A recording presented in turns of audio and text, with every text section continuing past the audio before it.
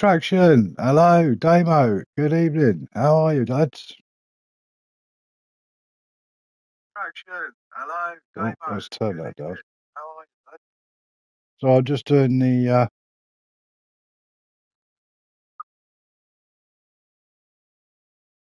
notifications.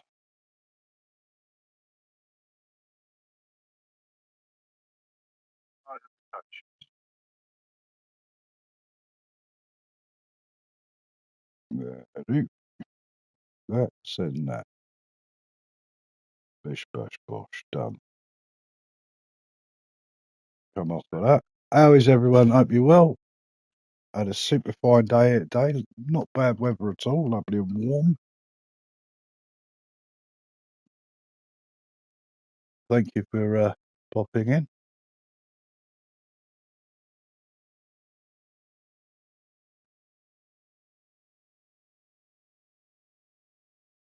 Right, that's low. Right.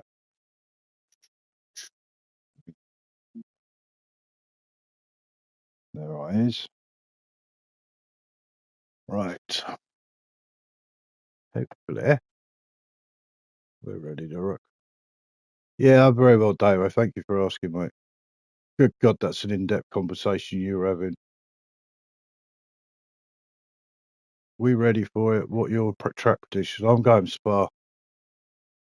We haven't had Spa. We're down to 3 races. I believe the last one may be Nords or the Nordschleifer. I'm not sure. Mrs. Sauls, good evening, my darling. How are you? How's the family? How's Red? Sorry, I'm never gonna. No, don't want to do that.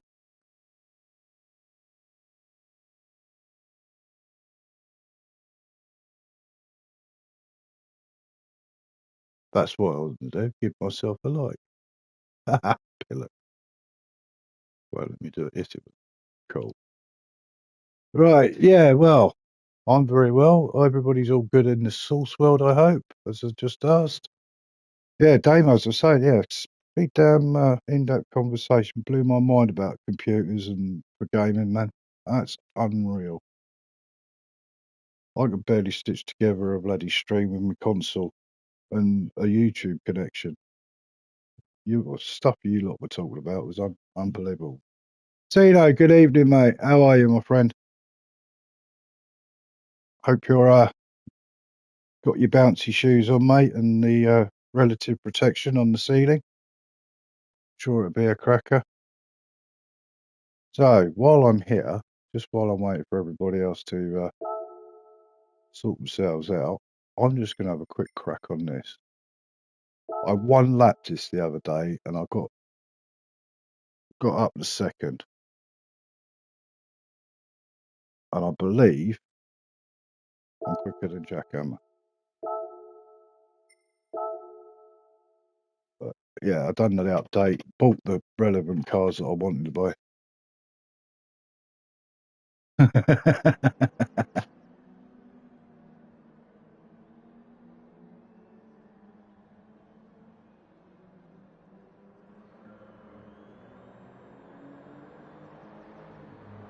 Right, let's go. Let's have a quick blit at this then. I'm not trying too much. I just want to have a little warm up on my own before I get involved with the others.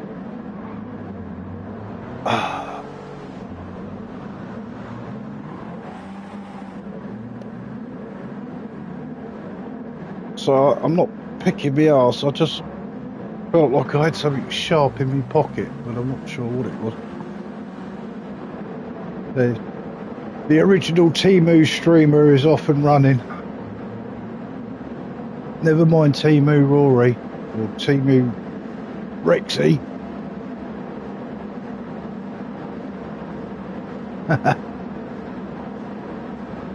I say, just done one lap on this the other day when I done the update. I didn't do too bad. I was very impressed with myself,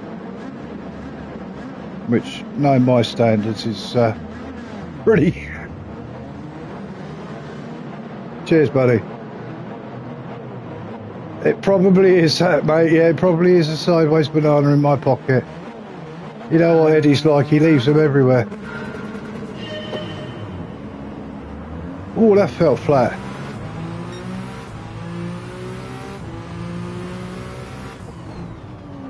Oh, get off the brake. Oh no, that's fucked it, isn't it? Okay, ease off.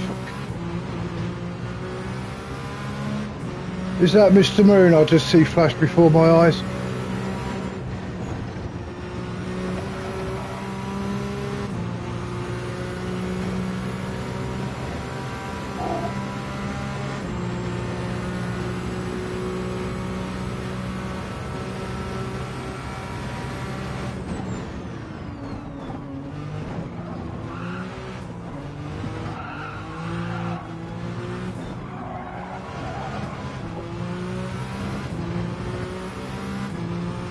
Hey, this is me you're talking to, Henry.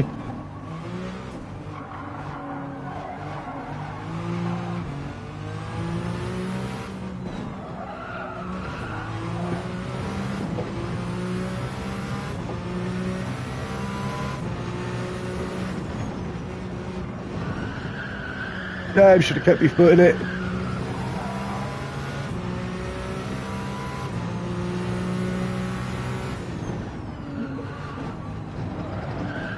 Dashed in through the snow, pushing too hard. Yeah, pushing too hard. We'll have to have another go at this, I think. Yeah, we've blown that one, boys and girls. Too much, too much. Oxyacetylene. Do you know, Damo, that actually does qualify, my friend, as a dad joke. You could do the incline at foot right.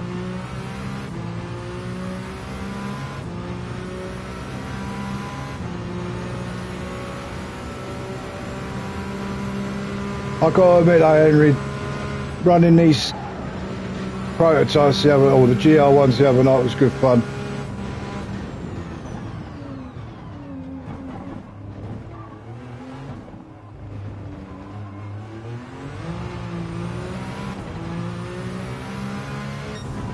Right, one more, then I've got to bugger off.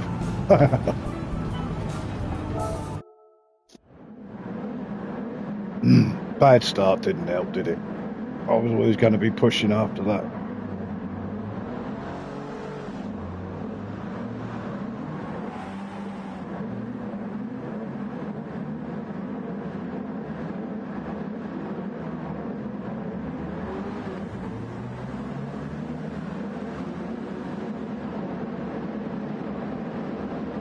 Fell in love with the Ferrari on the GR1 on Sunday. That was a good night. We did have a giggle that night. Enjoyed the racing as well. Did help because I actually felt comfortable driving the car.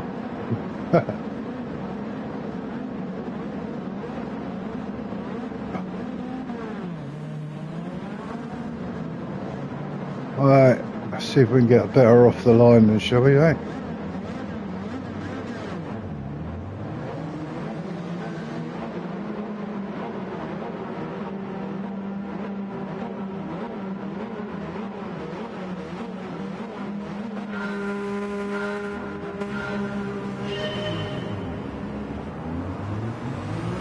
Bit better.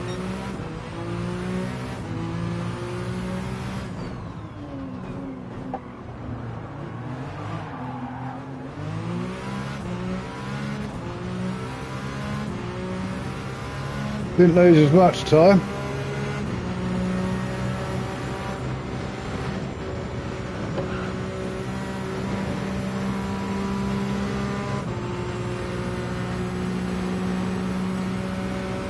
That feels a bit better. Oh.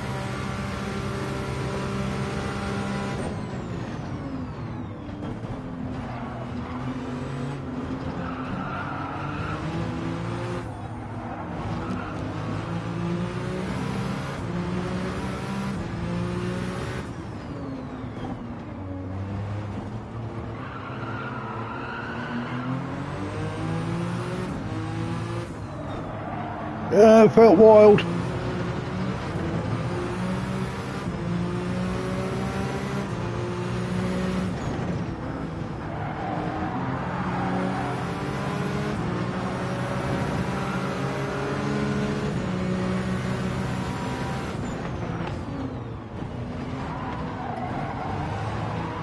Damn you, cock in a sock.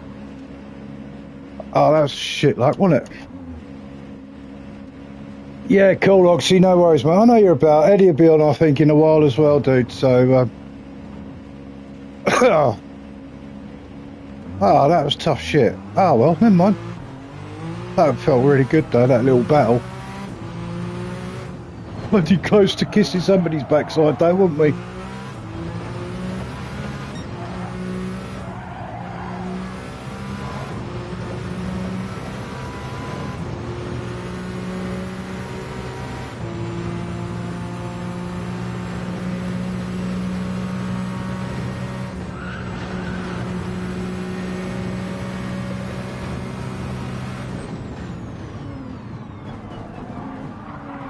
Whoa, I'm going to get a reset.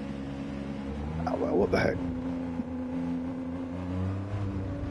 And a respectable 2 hours, 16 minutes, 51 minutes. Oh, well, right, we got to go. Let's go and have a look, see what's open. Pom pom. Do, do, do, do. If you're watching, Ray, it's Pat. That one's for you, dude. Thank you. Appreciate that one.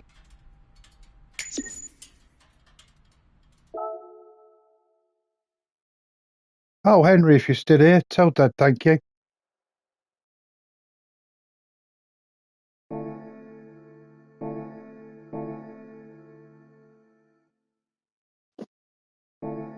Oh, cock. A word of the day today is going to be old cock. I have a feeling I'm going to have a James May day. Very slow and a lot of old cocking. Who misses?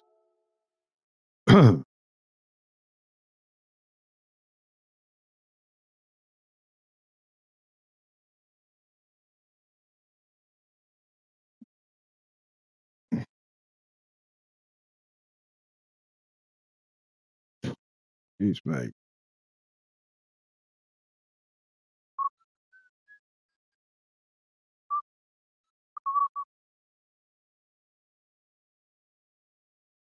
Right, it's already started streaming.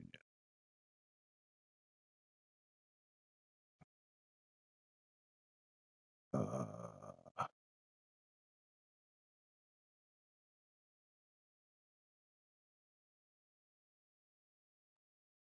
Lucas, love you. I just see what you put on Discord. I don't know if he's here yet. He generally pops in. I'll try and remember that he did that. Oxygen. I'm going to say it. Yeah, no worries, Ox. No, Eddie is streaming. Cool. I'm just going to look for him now. Then that might have been the area he is. Let's go and say hello to the old fart and give him a like. Nobody else does.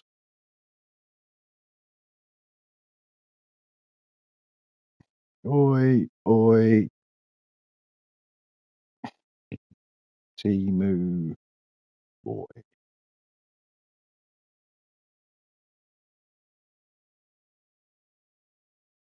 He's not streaming yet. Well, he is. He's starting soon.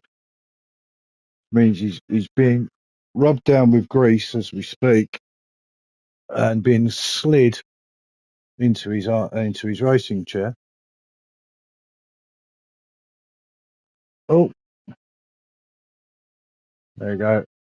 That, ladies and gentlemen, is the sounds of Eddie's intro. So just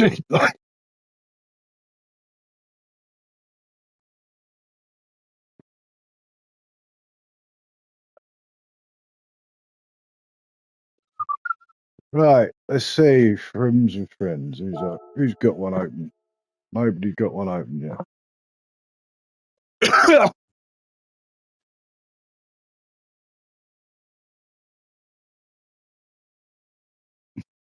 Oh yeah, did I? Yeah, I did do the light for him, didn't I? Yeah. Oh, right. There's a chat open, and I'm not invited. Hang on, I better go and find it. I hear the dulcet tones of our friend. Yeah, here he is. Said he might not be. If he is, there's 2 spaces. How's it going, mate? Good evening, good evening, good evening. How are we doing? Well. I've just messaged them the code. Push.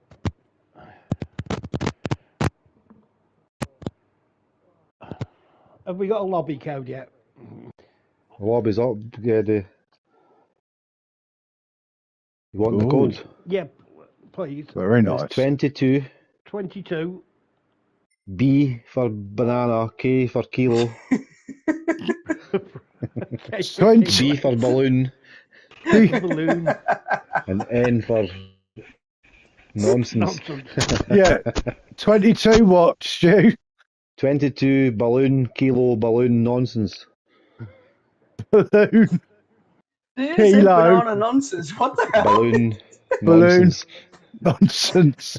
Banana nonsense. Oh, God.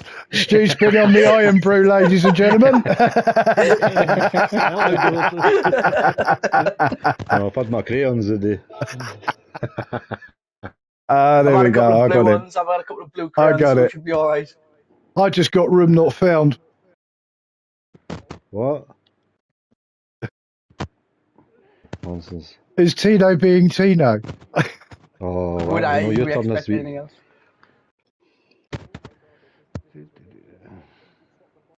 Apache currently launching a rental van around Lake Louise.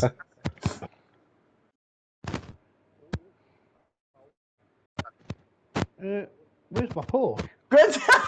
Grant does that in reverse.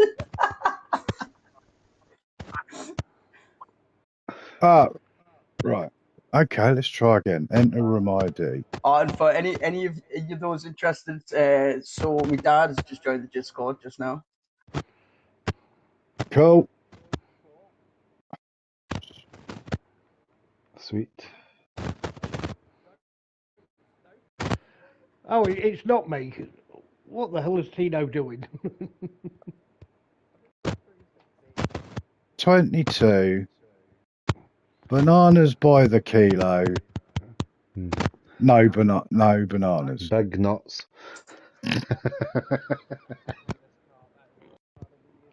Who's in the fucking mystery tour van there? That.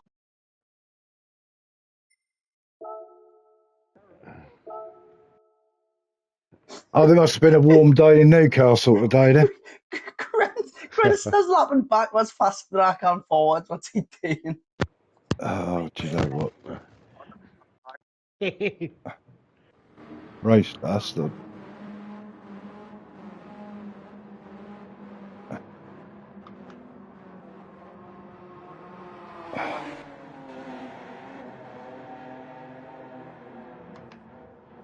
Right, let's put out in style.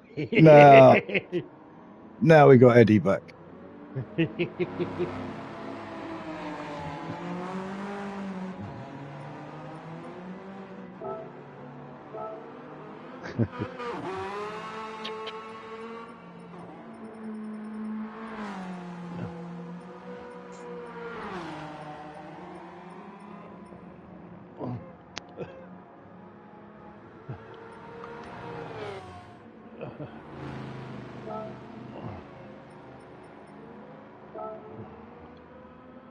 Oh, bollocks. It's all right. Language, Gary. Language. I know, it's great, isn't it?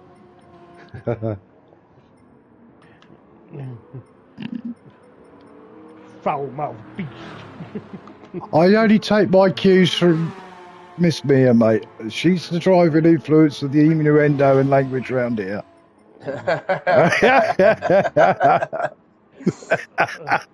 I automatically go into that mode when I'm in chat with her. I'm sure you do.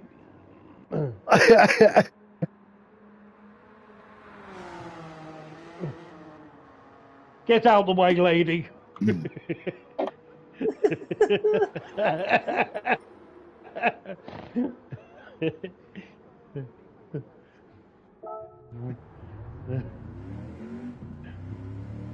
I see Lucas has just put on this on a Discord chat somewhere. I'm not quite sure which one.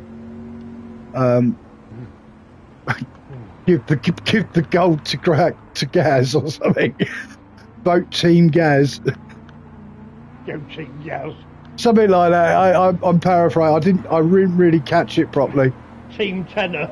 Yeah, Team Tenor. Yeah, Team Tenor or Team Timu, whichever you want. Saga Holidays. Yeah.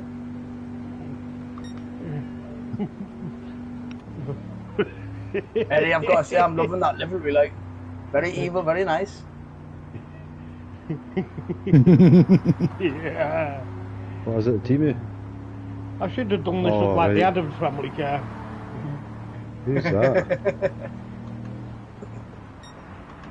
That's very A+ driving there, Mia. I was impressed. That's true. Can you get it upside down, please? Back in the day, yeah. Were you surfing on the roof while you was doing it, Mia? I tell you what, I used to work for a scrapyard, and the amount of time they had to go out early hours in the morning to pull an escort out of a ditch. Yeah. And he wasn't talking about the car. Boom, boom.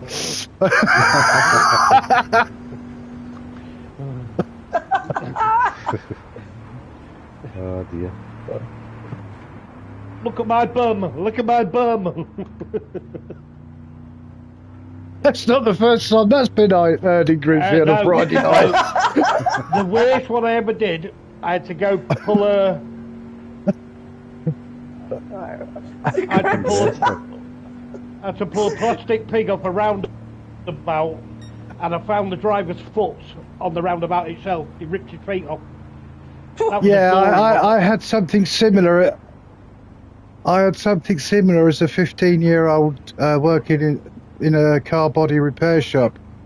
I was outside steam cleaning out the a wreck of a car because we were going to try and repair it, and I threw out the interior mats to give them a blitz off, and congealed blood jelly sort of bounced across the steam bay. And then I found a trainer inside which I hooked up, which actually still had the man's foot in it. Oh, Oh, for fuck's sake. I'm 15 years old, yeah. What the fuck? I mean, it was just, I'm a child of the late 60s, you know, I just giggled and got on with it. Yeah, you know, Late 60s. I didn't have to hold mummy and daddy's hand if I went out the front door. 1860s. Oh, bollocks to you. You only know that because you were there from the 17s. Oh dear.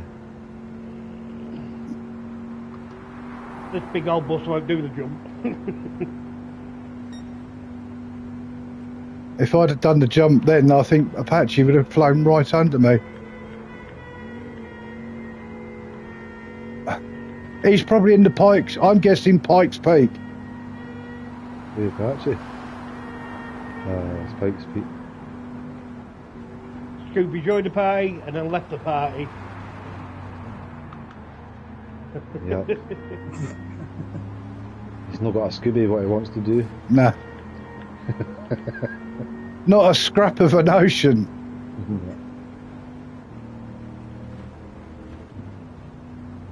Maxie! Maximus. He Well, obeyed say his hello, Eddie. Hello, Eddie. Jinx is in. and someone said, Scotty, apparently I've not got Scotty on my list. I'll get him now. Scooby's back, and Scooby is back. Hello. Hello. Hello. Hello. Is the lobby open already? I mean, the proper lobby. The There it practice. Oh. Yeah. This is just the pre-match entertainment. Okay, right. Yeah, my game messing around. My Wi-Fi doesn't let me into the game. Demo, they're starting the way Eddie starts his races, backwards. Don't you start on me. Well, if it'd be good if you just start, that would be a good thing.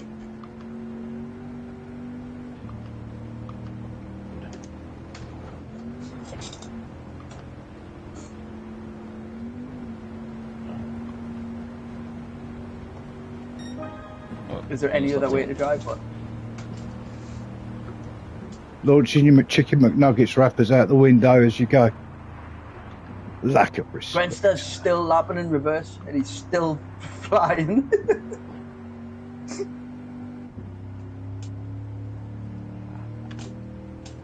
See, Eddie, that's how you go backwards, mate.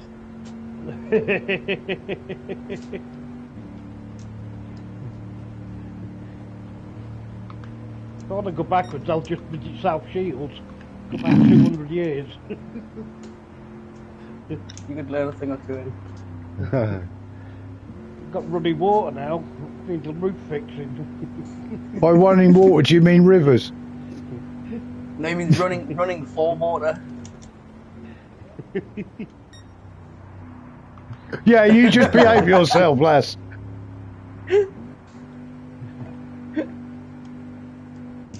Lake Louise. Oh gosh. Enough of your filth. I'll never be sorry. Don't ever be sorry. Don't ever be sorry for being yourself here.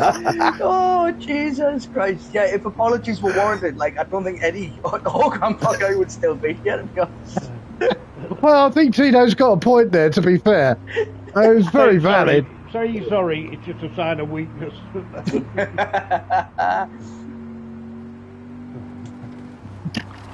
Right, so who we got in and who we not got in?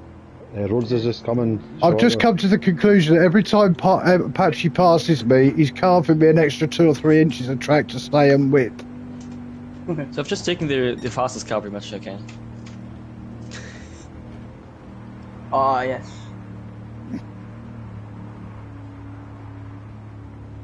.900 brake. That's why. Fucking pit lane penalty. That's why it's a Pikes Peak champion. Skis. Insane talent. But he's in a Scale X-Trix version. He's gone round outside of the fucking track.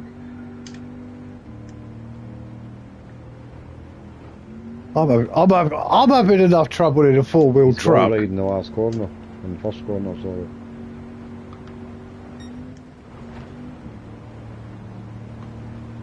Oh,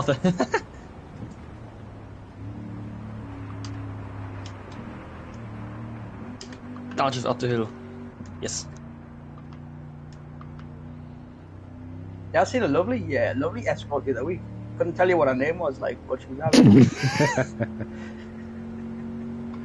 Roxanne. Yeah, related to Sting, isn't she? Hey, Gary. What the hell are you in, Max? The Unimog. It's a fast car, I said it. I'm not mocking you, mate, because you'll still fucking beat me. Right, that's everyone in, I think, now, isn't it? Rhodes is on his way. No, Mia's taken a decision. She doesn't want to race. She just wants to do this shit all night long. Just so we. Sorry, Patchy. Sorry. Sorry. We need a rally for our race of the season,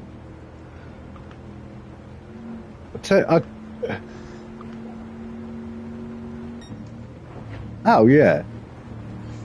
Got to get the old Escort out for that one. The old bagger. Somebody got it. Not mine, that was you. How many blue smarties you eating today? You're on fire. I thought Tino was fucking hyperactive. He's been drinking Sunny Delight as well.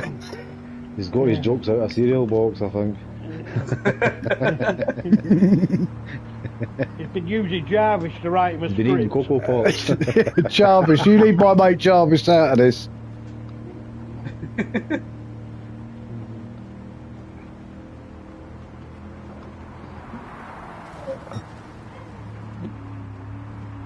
Right, that's it. I've got to give it a go because I've never driven it. What, the straight line?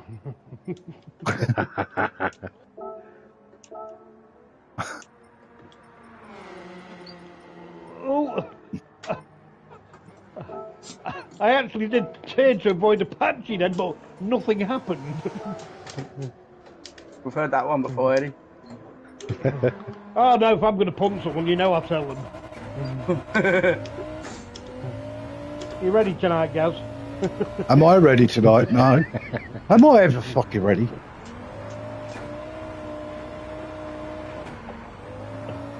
Looks like a flat earther, then I hit the I-4. If you're suggesting I'm ready in the fact that I might have actually eaten tonight, where I hadn't done last week, which I think got to me a bit because I was getting stomach ache. And then I just ate before the race. Oh, and then I had the code yellow incident in the sprint race where I had to sort of park on the side of the racetrack so I could just and run off to the loo. Yeah, I'm ready. Sure, you took that corner like a boss there, like. You get no sympathy from me, you know. I'm not asking you for fucking sympathy. I'm not asking anybody for sympathy. I was just responding to your question. Oh, shut up, you dick fart.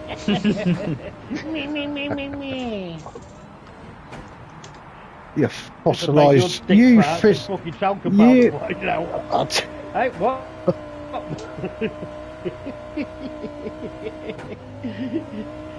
Can use it for dusting for fingerprints. Lucas, good evening to you, mate. I saw the little comment on Discord. It did make me smile. Thank you.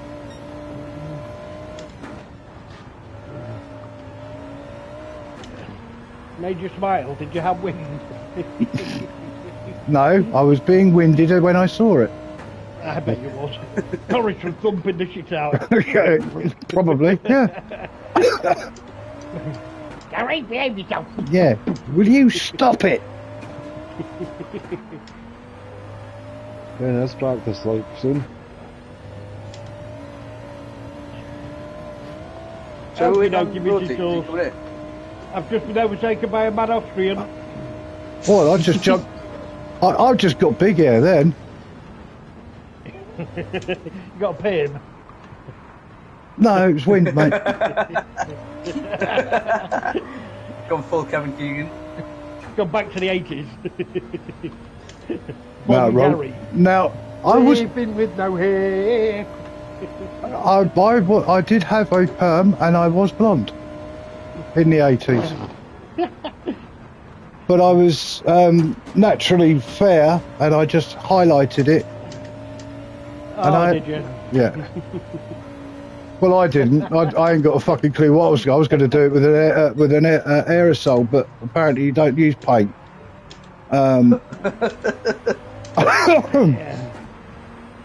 So my mum's hairdresser did it for me. You know, back in the 80s when it was posh to have your hairdresser come to your house. Yeah, yeah. Yeah, that happened, Tino, honest. Hairdresser. Yes, my next door neighbour was a hairdresser. I had a private hairdresser before Beckham, mate, I'm telling you. I still have the council do mine. I had a right crush on her. I know, I think I did it.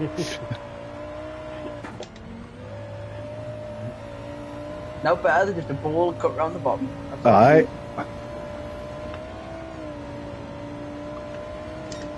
Thousands of bullied children would swear to that haircut. It's Rhodes What? coming in. The Beckham haircut. Lucky boy, lucky boy. I'll be there for like 20 past. He said. Hello, Start Lucas, it and mate. then How's we it can going? jump in. Aye, well, Yeah, you'll still get a bit of practice in, but we don't Aye. wait too long, so all ready for the practice to begin, are we? Yeah. Yeah, get on with it. Right, it's 2 seconds because before I Just jump from one lane to the other and back again. We're popping down. Oh, all right, and Mrs. Shores, yeah. Right, let's wall ride it and see how. And Steve is here. We're not going to Hello, wall ride it, are we? No.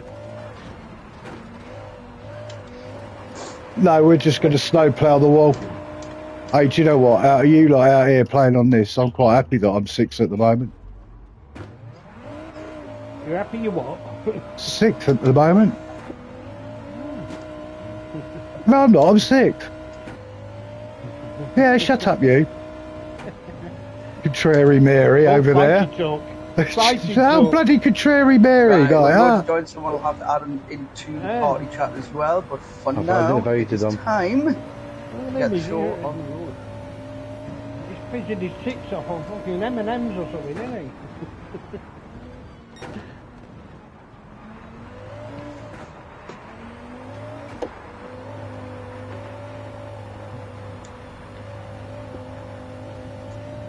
I'm watching it, guys. I'm spectating. Oh, yeah.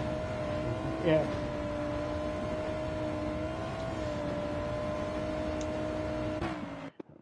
You're not anymore. So, here we go, the track reveal of the week. Few of you guessed it. Few of you got it right. Rain. Oh, And the rain. oh, Oh, yes. hell yeah.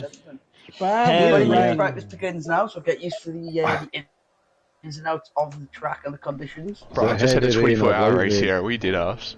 I hate this We track. will have Old Man Stu out on track first. Of course we do. Not, Old No, man we don't, Stu, he's not always... Scotty. not far behind. Scotty Ray out on track first, followed by Old Man Stu.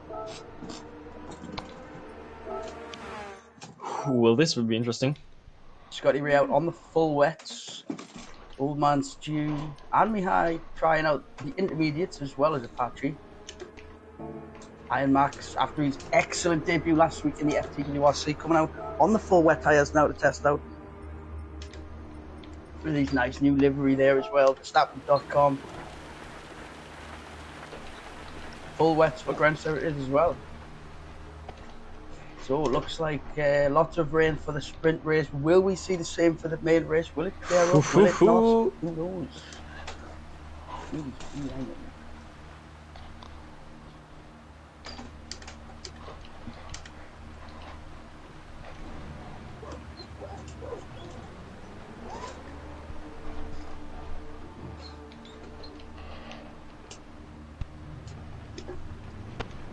So a long awaited, one of the most famous tracks in the world is Spa.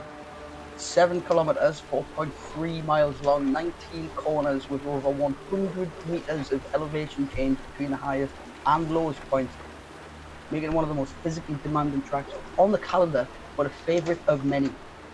As you see, Scotty Ray first. Okay, out, guys. halfway around the track now, weather seems just as bad on Just that you side and me, as kid. it is this. It is a track often you find the rain can fall on one end of the track Let's and go. not be falling on the other, so there is a lot of scope for changeable conditions within the races at Spa. We've seen in the previous season an excellent race and a few great battles round the corners of Spa, which coincidentally is a town that's a few miles away from Somebody the track, asked me after Spa because of its earlier on. public attractions, tourism, and What luscious track? abundance of natural spring water spas. So there you go. I've got the wrong livery on, but there's nothing to do about it now. Well, you can leave. Nobody's stopping you. So let's ride on board now with Scott and Ray. It's almost like Max was encouraging you to then, Eddie. I think that's It was insubordination. called a bus stop chicane. They did Max is riding the with me. shape of a bus stop chicane. It was actually changed Now he's joined in one of the more recent Apache layout and changes. Scotty Ray. Still He get called thinks the like bus top stop. dog. He's gone all elitist on us. He's only had one bloody All race. elitist, yeah. On the wet tyres, on track He'll list, pretend he don't know us soon. Yeah. as you can see, windscreen wipers doing Oh, double yeah, I time. vaguely remember Gary Catflap and Grandpa Eddie.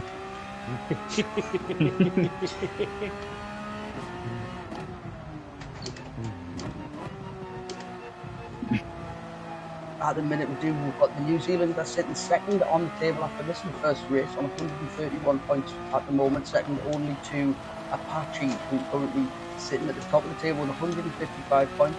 Grenster 1 place behind Scotty Ray, 1 point behind Scotty Ray, so it's all to play for here. Strategy's going to play a big part in tonight's race. With the weather being the way that it is, it's not just a case of all out skill on track. Where are you two going? That's not the racing line. As we look further through, the battle continues to rage between Old Man Stew and Mia Skinner. 5 points is the difference between those two. I'm sure we're going to see a lot of battle in between them. I know this is one of Old Man Stew's favourite tracks. It's very well round Spa, so it'll be interesting to see if Mia can hold the pace that he shows here. That's better. I've got my radar on now. See who's inside of me. So far this season for every other track.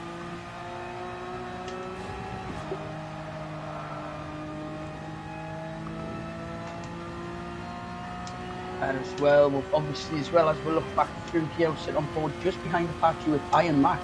Iron Max making his debut in the league just last week and is now only 6 points behind Eddie Carflap. Eddie Carflap in 11th, Iron Max in 12th, which shows just how good he did last week to gain all of those points just in Am 1 I being week. picked on again? Has had a very good consistency. Yes. Has been doing particularly well. But as has Chicken Yoga, only 1 place and 1 point ahead of Eddie Carflap. So again, Chicken Yoga and Eddie Carflap expect to see some fireworks between those two tonight because they are battling for position with each and every corner.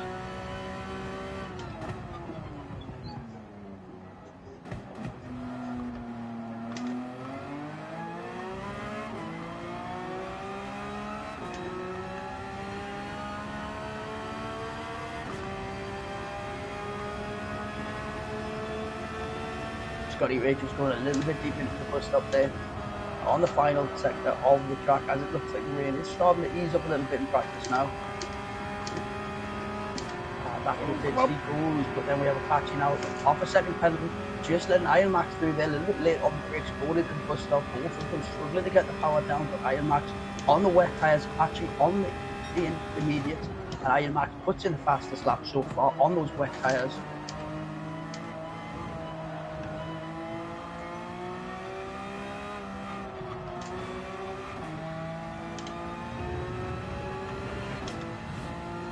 And as we see them come down, the 3 of them together here, we've got Scotty Ray, Iron Max, and Apache, the TWC drivers, as they go through Eau Rouge, one after the other. What a scene that is. And again, expect to see fireworks at the top from these guys as well. It will be very closely followed by Grenster, who will be in the mix, looking to spoil the party for the TWC guys. And he's always got that in his arsenal. A track like this, with weather conditions like this, does play into the hands of Grenster, an absolute tactician. His strategies are with surgical precision with his pit stops, the way he maintains his tyres. So it's going to be really exciting to see the way this one plays out. And it's not often in a sprint race strategy plays a big part, but I think strategy is going to be playing a part in this sprint race on the changeable conditions, as Capitan Jinx then puts himself second fastest. As I say that, Grenster with the fastest lap so far.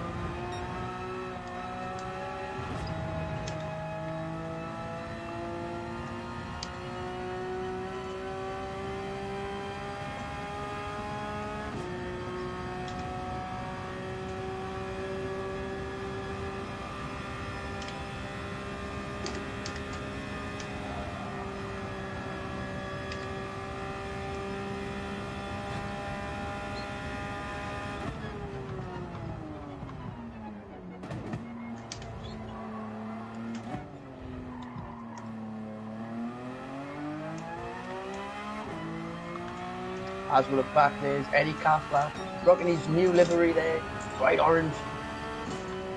The Timu Rory livery as he goes round. He's on the full wet tyres, currently 3rd fastest man on the track at the moment.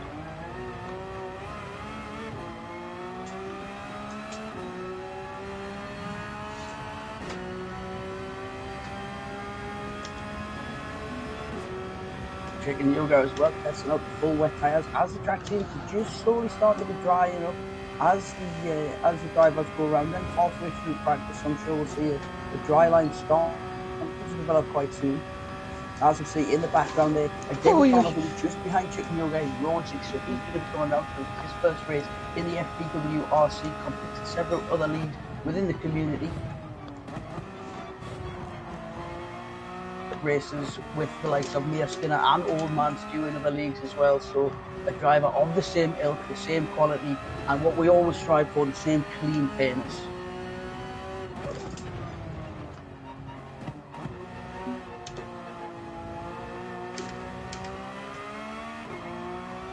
And as I say, Grandpa Gary just coming around, no name, edging down, going to be coming now towards Bouillon. Tricky corner, especially in the dry, let alone in the wet.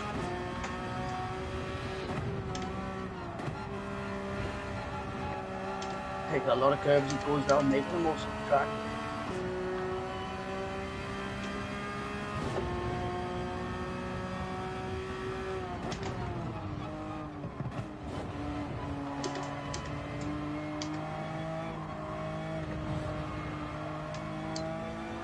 And then as we look back, focus now on Rhodesy as he goes flying through with his pink, representing Wales.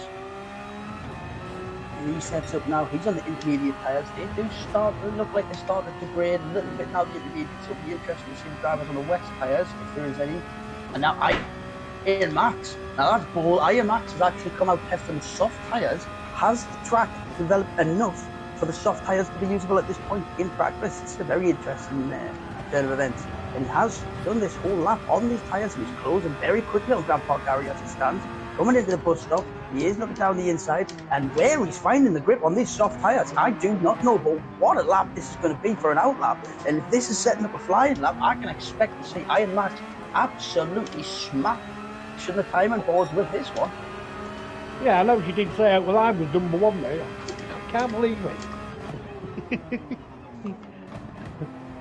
For half a second, I was in pole. Tell you guys, we're being victimised. I know. Are we being spied on's my concern. I don't know. Mrs. Sauce, how are we being spied on tonight? Oh, yo.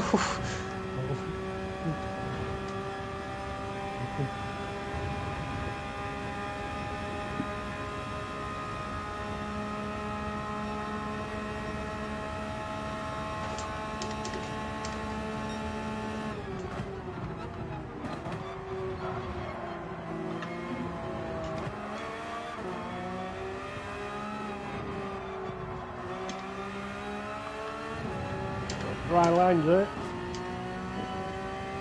Yeah, softs definitely work.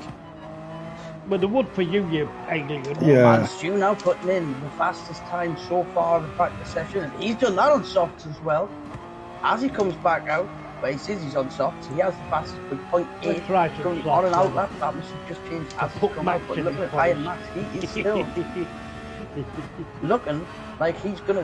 There is degradation on his tyres quite a bit so far, so there is still quite clearly a line starting to develop of the dry, and he's navigating the track unbelievably well here. Couple of spider wings. Hello. And that's 3 seconds, nearly 3 seconds up on the best time on that sector. So this looks like it could be. Oh, it's raining again. Fuck me. Oh, no. Max here, a great test. Maxwell, just because you're 18 now. Still in the rain, but as he drives out of that rain, it comes down towards this. That means I can do whatever I want. Yes, I know. Rain Thank you. isn't falling here, so it's a very tricky track. When the conditions change, whether or not it's worth coming in to change or staying out one side of the track, coming out the pits, be careful to the other. But now, as Iron Max comes across the line, and he's just lost the back end, and that was going to be at least 5 seconds off the fastest time as he spins, just coming out of the bus stop. Did very well to keep it together for us, as long as he did. Obviously, Grandpa Gary and Apache then coming around. So that's 2 minutes. What do you mean unbelievable? Brian Not Max, unbelievable. Best time, even with that Well, no, spin it's because but just it was just started goes to show raining, that so the it came conditions through are Blanchimont. changing. Just when it And started raining, and he's yeah, done now it it's again. wet. He's done it again now. I think he's just doing it for fun. Now it's Pirouettes raining. on the track. Oh. Yeah, because it's raining, that's why it's raining. It started raining just once I went into the bus stop. Falling again, especially on this side of the track where we're looking where Old Man Stew is now. Those tyres. It's insane, honestly. It looked great for a lap or two, but now have fallen again, and it looks like it's almost time for full wet, let alone intermediates. Looking at the moisture meter in the corner. Jesus Christ, the weather coming. Very Oh moist. no! Yeah, looking through now the drivers that have come in, put the softs on, really struggling to stay on the track now. Eddie Cartflab just put those soft tyres on as well. Great timing, Eddie. That's fantastic, and I would imagine he's going to be driving that car the same way that certain particularly Bananas. A bit late, Eddie. Yeah. Look, I'm not the only one going in the wrong direction. Completely backwards on track now. We have carnage. What do you mean? Luckily, just practice. So many people have been taking notes and bearing in mind what the weather could be like. This is going to be this sprint race. It's going to be like in the main feature race altogether. It looks like we're going to have a lot of cars on a lot of different strategies, and then Eddie doing his own thing as usual. As you can see, Eddie there just getting surrounded by and engulfed in a gaggle of cars as he rolls slowly towards the edge of the track. I've tried to stay out of everybody's way.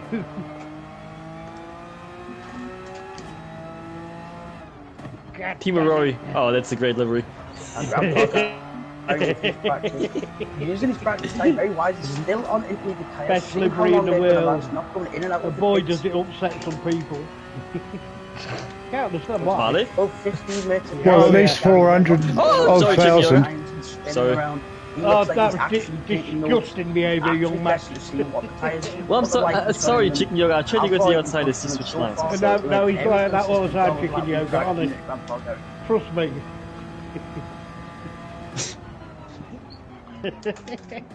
Be quiet, Eddie. I'll get you a bad reputation. Oh yeah, I know. So how was your birthday anyway, Max? Did you have a good one? Yeah, it was great. And how was your dad's birthday? He only just came back. He was away the last 2 days having a trip. How was your dad's car?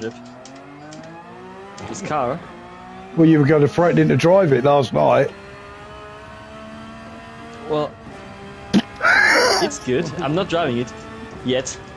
Hopefully soon. Currently, Old Man Stu still fastest out on track. He's on fresh softs now, so he's thinking that this weather's going to stay clear for the last 5 minutes. See if he can get in a good time. He is currently still top of the time and forwards at the moment, and in second place, tied at the hip.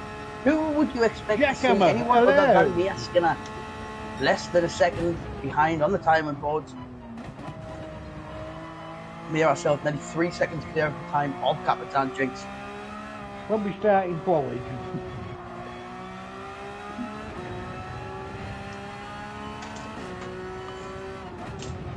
As Mihai then just puts in a time of 2:28.6 as he comes out. His time's back up on the board now that he is out on his outlap. He's on the intermediates. But as you can see, if you look down at the meter at the bottom where it's the moisture, depending on what part of the track it is, that can jump up from absolutely soaking wet to bone dry in it. Click of the fingers.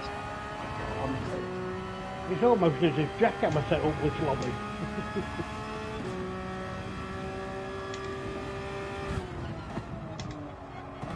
Well, I know someone who didn't set this lobby up because they don't like the rain. You? No, I like the rain. I'm not too bad in the rain according to Jackhammer. And Jackhammer's the gospel, so... And Rhodesy, the newcomer so far, on the intermediate tyre, has just set the fastest time overall, 1.2 seconds faster than Old Man Stu with a 2 minutes 25.4 on the intermediate tyre as well. There are a few drivers now on the soft tyre now that it seems the rain has stopped on the track. Will be starting to develop, but that's an excellent time to be putting in practice, given the conditions and given the fact that this is the first time Rhodesy has actually driven us as a group. So very well. Yeah, I'm doing cool, Lucas. Thanks, bro. Yeah, I know. There's only 5 minutes left, so I'm not going to. I'm not going to worry. I'm just going to keep running. I'm just doing me, mate. I ain't going to lie. I'll take a best lap though. I will take a best lap. Not very long at all, because there's Grenster on the intermediates as well with a 2 minute 24.5 seconds. So that's nearly a second faster. I only know there's people, yeah, getting out of his way. As he comes round. I ain't having a report from him again. As well, intermediate tyres seem to be the tyre to be on at the moment, because he's just gone nearly half a second faster than Rhodesy, half a second slower than Grenster, putting himself second so far on the timing board, as a minute and a half left of practice is to come. Do you know what? I ain't going to get any better, so let's just go in and reset. So some time starting coming now. Chaos Okay. Druid there. Druid putting a 2 minute 26.9. That's another good time. That's less than 2.5 seconds off the top time right now. Scotty Ray goes up into the third. So at the minute, it's Grenster, Iron Max, Scotty Ray at the top. Bugger, I forgot to bring a drink up. 0.5 is the fastest for Grenster so far. Half a second between himself and Iron Max, who is less than a tenth faster than Scotty Ray as it stands at the moment. As we enter the last minute of practice. No, I don't even know why I chose 6th gear then, Lucas, to be fair. No, this part, yeah, the car does like the 5th. I'll work that one out. Let's have a look, see what's going on. Let's show you guys what I'm seeing. Yeah, we'll always skip past him, don't mind. Ah, there's our boy Max. No, Lucas is watching me, so I'm chatting to Lucas. Oh, Yeah, is he alright? yeah, he's okay. Fine and dandy. He's fine and dandy. I think he has been in your chat, mate, to be fair. Yes, he is. I've said that loads of them. Yeah. Scotty Ray, there you go. Sliding it round now. Team Alien. So as Look. practice comes to a conclusion, I'll just give an extra minute just for those on a lap to finish the lap.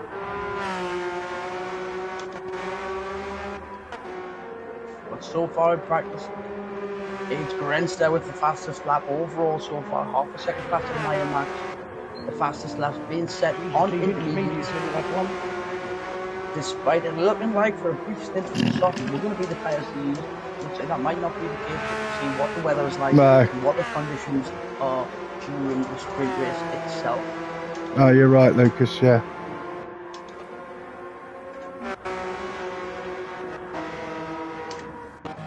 I didn't realise it was a swap out your livery week this week. Maybe it isn't, I don't know. Now, as you see, Eddie Cat Flap just coming up towards the end of the lap now.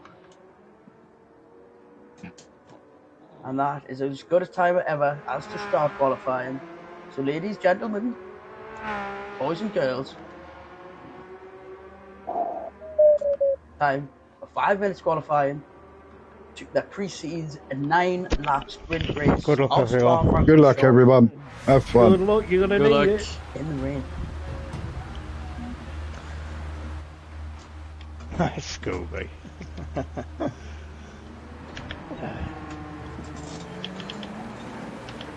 Oh, it's. And it looks like fucking Old Man wet. Sue up to stay in the pit lane a little bit longer than usual.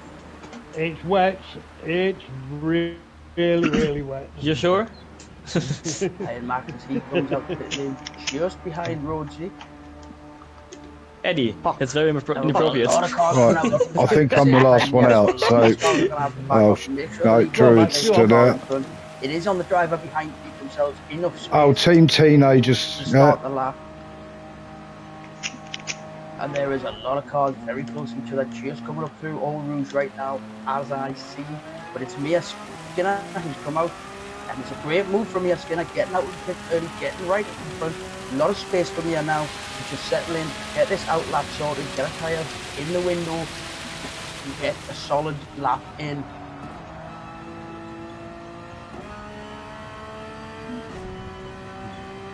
I'm, next on track, yeah, Scotty Ray, I'm better prepared tonight, Lucas. Space behind for himself there. Why, you got your stooges already rolled? Yeah, they're for afterwards now, mate. But as you can see, Pre-roll. in this centre, Oh, yeah. sector now we have 1, 2, 3, 4, 5 drivers within a corner of each other. So this is only going to spell disaster, especially in these conditions, as Eddie Cat Flap creeps up behind the gaggle, just waiting. Oh, Eddie Cat Flap doing Eddie Cat Flap things. Up there as well. Knowing that he doesn't want to compromise his own run by getting in the way of others. Life ain't easy with a cat flap, my man. Right up on the tail of somebody else, hoping to move out of the way. Kapitan, Jinx, Chicken Yoga. I want it heavy rain all the way through on both races. I would. I'd love it. Oh, just after flick back, it looks like Damo's had a spin. I just going around the hairpin just towards No Name. I'd imagine going off the track and coming back on like this, there wouldn't be a penalty given by a PD, but I wouldn't be surprised because we all know what they're like. But looking at it, looks like Nemo's actually come out on the medium tyre, which is, well, now I'm looking down, that is potentially the reason. It is the reason, unfortunately, Nemo on the medium tyre. That's an Eddie Catflap move, that. Definitely a Grandpa Gary move, so now that. Mia's gonna coming round the bus stop, coming round the final corner to start the first flying lap of the sprint session. What the fuck you mean a penalty? Oh, I've got one as well. Everybody's getting a Grandpa. Then Iron Max at a half a second penalty is going to have to serve on this lap. Very close now between. Yeah, alright, Patchy, give me a fucking break, man. Very little gap whatsoever between the few. So it's going to be very difficult. The drivers behind it have to be patient. You're going to be making attacking moves on other drivers in qualifying. Fucking here we go. You haven't left yourself enough space. Then you haven't left yourself enough Yeah, space. that's fucking good, lad. You can drive past me, mate. Don't get up my arse. Half a second penalty as he comes down towards Eau Rouge. In these situations, coming through a fast corner like that, it's always beneficial to have those extra few pounds, as Eddie does, just to keep the car flat and a little bit more than everyone else. So I'm sure that'll come in handy until it comes to the end of the race, and it may not. But he has done very well so far this season, Eddie, so hopefully that good form continues this evening.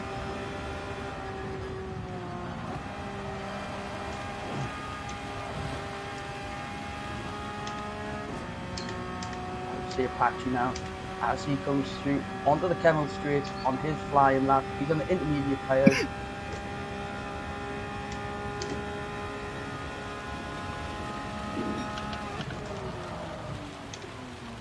Fredster on the full wet now, just right in the end, really trying to get some heat into those tyres, really trying to get them ready. Just as he comes around the final bus stop, wants to get the best exit out of this final corner, as seems very wide to get the power down, and away he goes for his flying lap.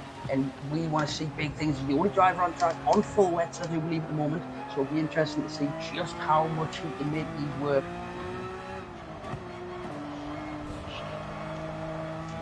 But then looking back forward to the front of the pack, we have Mia Skinner out in the front of the pack as she comes round now, heading down towards Franchimont. Looking like a good time so far.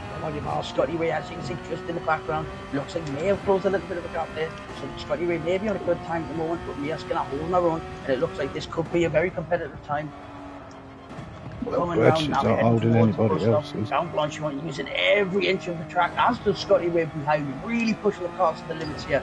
So this is going to be now going up to it. Scotty Ray has pushed it right behind as they come into the shade here. So all about the exit and not spinning as they come round this final corner. So we have Mia Skinner to cross the line first.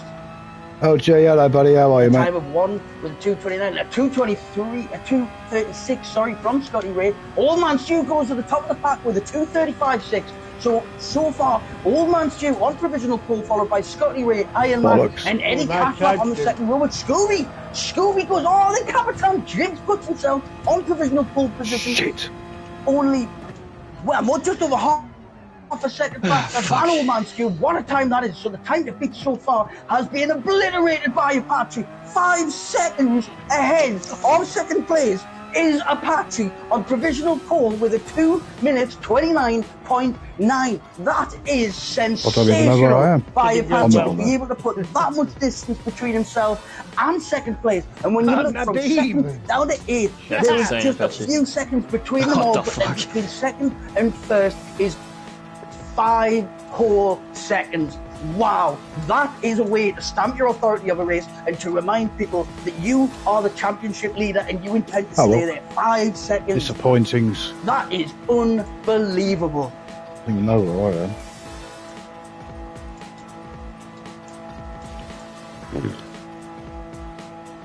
Yeah, pretty much as I expected then. Well, chat. It's going to be toughy.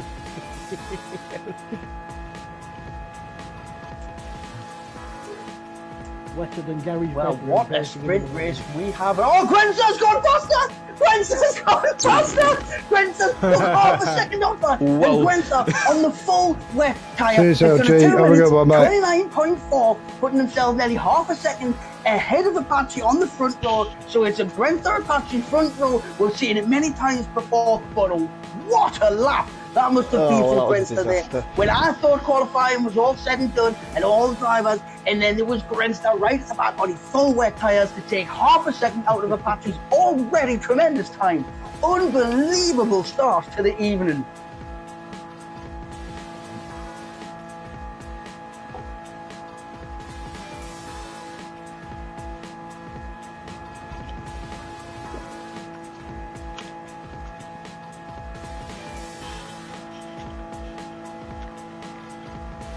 And this is one thing I always say when it comes to strategy, when it comes to tactics, when it comes to using your noggin.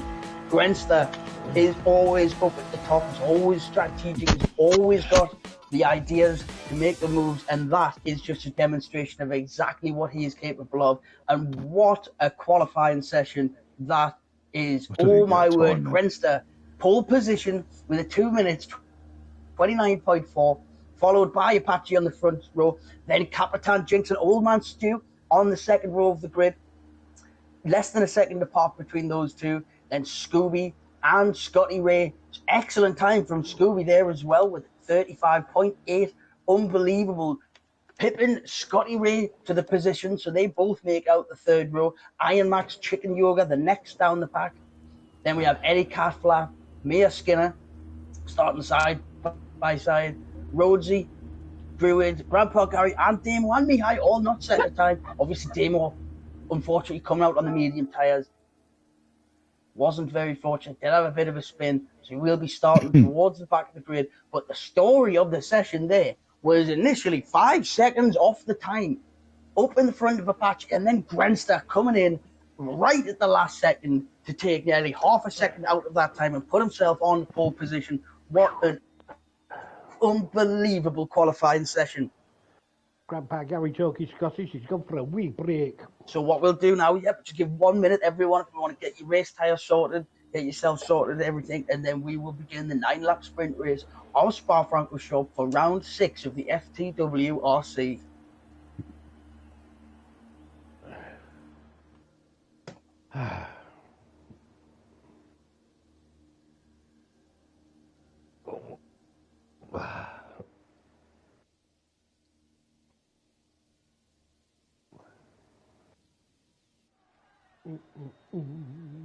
Come on, nearly at the shake moment.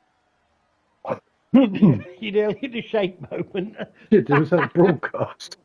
Yeah, are you on the bog with your headset on? What, I muted the mic. It's a wet race for Gary. Literally and figuratively. Oh, God. Oh. Multiple tentacles. Did you all hear Gary then? Oh, yeah, I thought I was muted. Get better than that. Well, you know, the other week I thought I'd done it. Well, guess what? He didn't. Oh dear. Oh, what a... Yeah, man, was it George Bush who went to the bog with his mic on? I know remember. some president went doing an interview and he went to the bog with his mic on. Yeah. You can hear him pissing. Oh dear. Well, unfortunate because there's only one other person watching at the moment. So it's all right, Missy Sauce heard it. Missy Sauce heard it, mate. Oh dear me. Oh, I don't care if I come last now. Oh, good. Oh, good. I could do with some point. Mia, did you hear that? Oh, please tell me Mia didn't. I can imagine it. I can imagine it. Oh, Go on, mate. no, it's fine. I'm sure it'll crop up at some point when she heard. We all heard it, Joe. Lol. Jackhammer, yeah, thanks, mate. Oh dear. Oh God. Yeah. Only on a Tuesday. Right, so once all drivers are ready, you just throw up an R in the game chat and make sure we know you're ready. Everyone's Are you on checked your in, tyres, and we Gaz? will be good to Sorry. go. Hang on. What tyres are you on? Proper tyres. Yeah, the ones I want. I've gone. Yeah, Oh, there I've we gone are. Here we are. Here we are. How are you doing? I was deaf for a minute though. I couldn't hear it. I could see everything, all the voices activated, but I just couldn't hear it. Everything just froze on my end as well, yeah. Max, you are allowed to crash on the first lap, honest. Try to. Not crash. If you take out the first 5 or 6 Yeah, don't want to scratch that posh new livery you've got, They'll get me mate. kicked out of the team, probably. Yeah, take out your old team, mate. Oh yeah, sure, I'll definitely do that. Yeah. Stars your midget. They like me then, definitely. Yeah, sure. Boys and girls. Here we are for 9 laps of Spa-Francorchamps, the sprint race of round 6 of the Ftwrc R. Good luck, everyone. Live from Yeah, FTW. good Good luck, mate. guys. Good luck. Have fun. Good luck, Good luck, chaps. chaps. Be prepared to endure this. She just gets braver by the minute, Gary I does. think this start will be absolutely chaotic, and everyone will be dead in the end of Rouge at least. There we are as the Mate, drivers I want to be honest. lined up on the grid in a very rainy Belgian track today. Gwents are on pole position. Apache, then Capitan Jinx, and Old Man Stu at the front. It's lights out, and the race is on, and it's a good getaway from all the drivers. A little bit of wheel spin, it looks like. But then coming through, looks like Old Man Stu's got a little bit deep there. Apache's got a bit wide, but he's held it together. He's got a very good line coming out. Then it's Old Man Stu takes the lead as they come out of La Source, as they head down towards Eau Rouge. It's Apache in third place, Grensler in second, followed by Capitan Jinx. But it's Old Man Stu out in front as they navigate Eau Rouge for the first time through. And it's just holding together, and they've gone very well to get through there. Now looking back with Apache swirling, but he keeps it together. Unbelievable start of the race. As we look a bit further back, Iron Max right on the tail here. Scotty Ray right behind him as well. Woo, that was close. The talk of the race so far is Old Man Stu, but he's under pressure now from Grensler out in front, but he manages to hold it well. Position he's got very well as he comes through. All the drivers behind seem to be getting through cleanly as well. It's an excellent start of the race, but Old Man Stu must be absolutely buzzing with that start. Oh, and Iron Max is on a spin. Looking back through the grid, Iron Max is on a spin. He's come up the track, and that gives more space now for the drivers to come through. So we've got Scotty Race in fourth place, right behind his teammate Apache, who's putting the pressure on Grensler behind. We've got Capitan Jinx on the full wet tyres behind Scotty Ray as they come through No Name, as the rain falls. Chicken Yoga, full wet tyre as well, being pressure from behind by Mia Skinner, who's on the intermediate tyres. So she's going to be trying to make the move as quick as she can, make the most of those intermediate tyres. As he just moves past Chicken Yoga, not putting up too much resistance, it's going to be a very difficult corner to try to go side by side through. But like that being said, Rhodesy doesn't mind, and Rhodesy has gone around the outside of Chicken Yoga and down the inside of Mia Skinner. What an absolutely unbelievable introduction of the race has been for Rhodesy. He does have a half a second time penalty for a track limit penalty, but I'm not sure where that was taken as he goes through there. An excellent start. As we look further back through the grid, we've got Chaos Druid sitting just in front of Eddie Kaplan. Eddie Kaplan on the intermediate tyres, also now ahead. But as we look back from Eddie Kaplan, we can see Iron Max now starting to make moves, trying to get his position back, but he's caught now against Mihai. Mihai, very, very, very competent driver, especially in these conditions. Not always made the best calls strategically, but on the tyres that he's on, he always makes the best decisions on track. So now look at what we see. Iron Max now alongside Mihai, just taking that position as they're going to Blanchimont. Mihai just let him through there, knowing that it was a bit risky to do anything other than that, but he also knows that by doing that, he slows it down. It gives Scooby a chance to start closing that gap. And behind him, we've got on the intermediate tyre, Grandpa Gary. I'm not sure what happened to Damo. I've only just flicked back through here, and Damo always on the medium tyres again. Damo's on medium tyres. As he comes through the penalty line, as he goes forward, another very unfortunate for Damo to be on the medium tyre again. But looking forward to the front, Old Man Stu still holding his lead out in the front. all attempts ahead now with Grenster still in second as they come down again to Urus for the second time. Looking back for Grenster's position, he's got 7 tenths on Apache, but Apache is being tailed by his teammate Scotty Ray. Teammates outside, but in this league there is no teams. They are vying for the top position in this league, and currently they are battling, but it's Grenster who's also there with it, so they don't want to slow each other down too much, knowing that Grenster could then have the opportunity to get away, as you can see, just trying to push Apache a little bit further towards the front, but he's also put out the back point and where he needs to be slowed down, so it's a very tricky game to be played. And then from Scotty Ray, we have Capitan Jinx behind, just losing the back end a little bit, but holding it together well, as he's just drifting, he's going sideways round that corner, he's driving that car at an angle Pythagoras couldn't figure out. Unbelievable car control by Capitan Jinx, as he comes round the hairpin now towards No Name, being closely followed by Mia Skinner. Mia Skinner now just starting to make a little bit of a gap between herself and Chaos behind, who is battling side by side, and he's just got the better of Rhodes there, who's backed out, and it's now Rhodes right up behind Chaos Druid. But looking behind that, there is no time to be wasted, because just behind there, that is the front bumper of Iron Max, and Iron Max has shown in the one race he has taken part in so far that he is more than capable of taking positions left, right and centre. So he's going to be waiting for an opportunity for these two battling side by side again, and Rhodes goes down the inside. Another excellent move there with Chaos Druid very well, not to waste any time, but not to put up too much resistance and cause any issues that might drop the back from the pack. But it does give Iron Max that opportunity now to get bumper to bumper with Chaos Druid, who's going to be looking in his mirrors while looking forward. Iron Max just a little bit sideways there as well, all being followed by the view of Eddie Caplab, who can see it all unfolding ahead of him, knowing that Mihai is not far behind, only half a second, and Mihai has the ability to go past people. So Eddie Caplab will be trying to put that out of the back of his mind and focus on staying in touch with Iron Max, which is going to be difficult because he's never been able to stay in touch with himself. He touches himself all the time. Scooby now pressing right up on the tail of Chicken Yoga, and he's got the run on Chicken Yoga, and he's pulling Grandpa Gary along in the slipstream. So the three of them now coming into the bus stop chicane.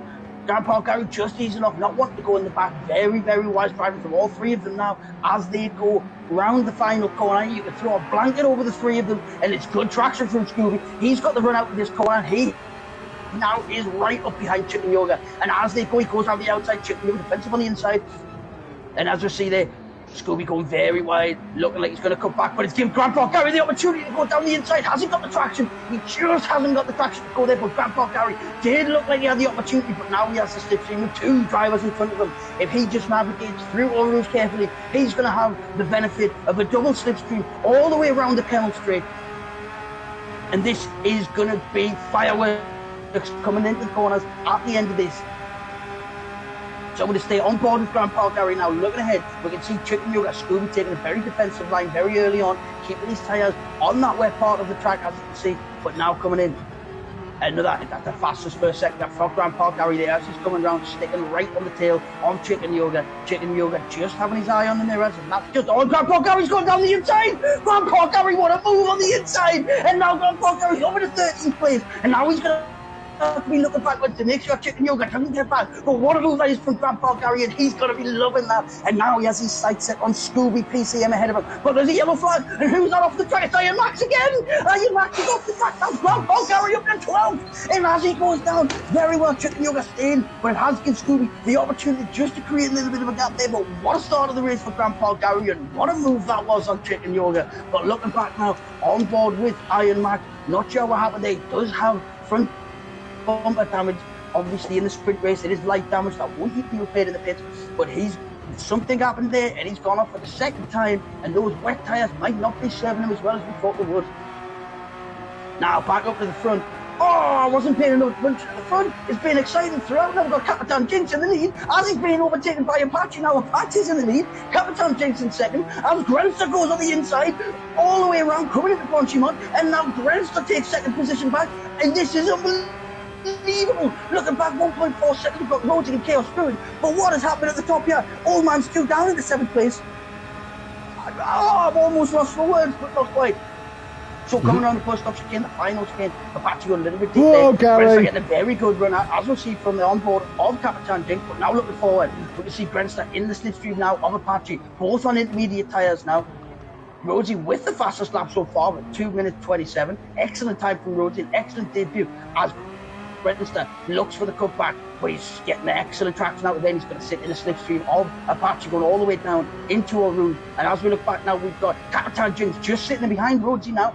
There's bumper to bumper as they come through. He's probably going to ease off a little bit. Guys, Rhodesy must on be the going. intermediate tyre on which he has set the fastest lap so far. No, but I'm just Capitan having a Jinx right brain behind in the fart. slipstream on the full wet tyres. So it'll be interesting to see what difference these tyres have and who has the better traction. Rhodesy good defensive very early. That gives Capitan Jinx a chance to get alongside now as they go down the Kennel Straight. Just going to give him a squeeze a little bit as they come in. Who's going to be latest on the break?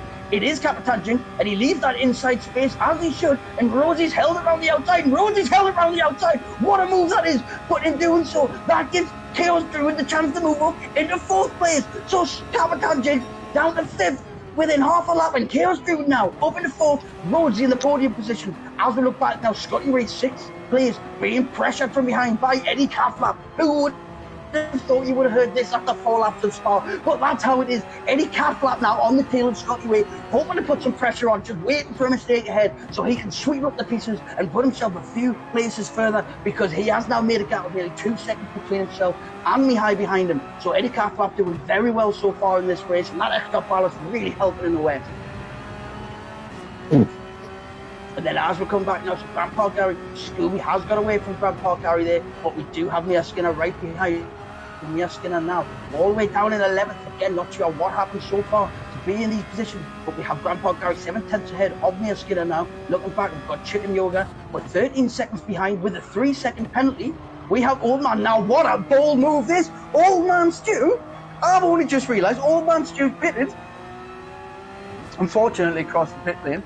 But he's come out on the medium tyres.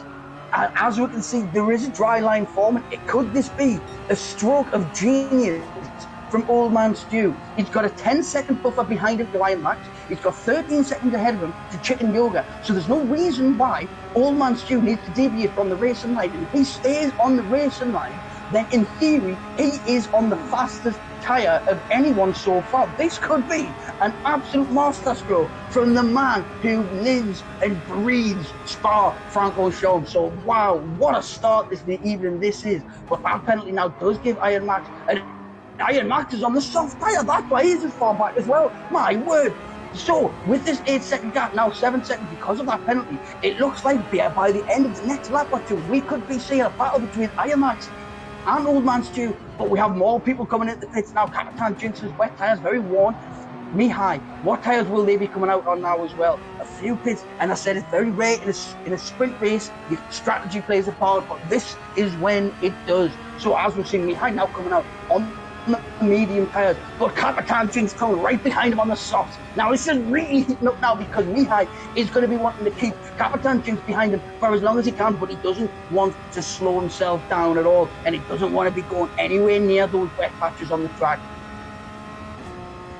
So now as we see, Capitan Jinx, as he goes through all rows, only 1.5 seconds behind him is Old Man Stu, who is now, his tyres are warmed up, he's done his outlap. Old Man Stu is now in striking distance of the drivers in front, and the pressure that he's about to apply to Mihai and Capitan Jinx is going to force a mistake from them. If not, it's going to mean they're going to have to go onto the wet line to drive defensively, just because they know how fresh and prime Old Man Stu tyres are. But they also know that if they bunch up the pack too much, that's going to give Iron Max the opportunity to close up behind, because he is on the soft tyre. So he's going to be going even faster, and he's going to be bunching up.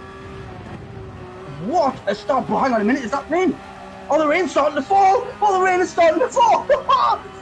So all those drivers now, so we've got a patch out on front, on the intermediate. Rhodesy in second place, on intermediate, following, and Greenster in third. But now Greenster does have a half-second penalty to serve. Scotty Ray on the intermediates as well. So as we're coming through, there was a few drivers now. When we look at this side of the track where Chaos Druid is, the rain is only just starting to fall again. It is only just starting to fall. But when we look back onto the track, where the slick tyre drivers are, the rain is starting to fall. They are on the wet side of the track, and Mihai and now Capitan Jinx struggling to stay on the track. Old Man Stu being very careful. He's managed to go past there. He's hit his braking zone. That's a very good overtake from Old Man Stu, given given the circumstances, and he's managed to make the position stick. But then you can see behind Capitan Jinx just slides off as well. Iron Max on the soft tyre, even worse. He's in the battle, and just as the track started to dry up and the dry line started develop. The heavens have opened on this end of the track.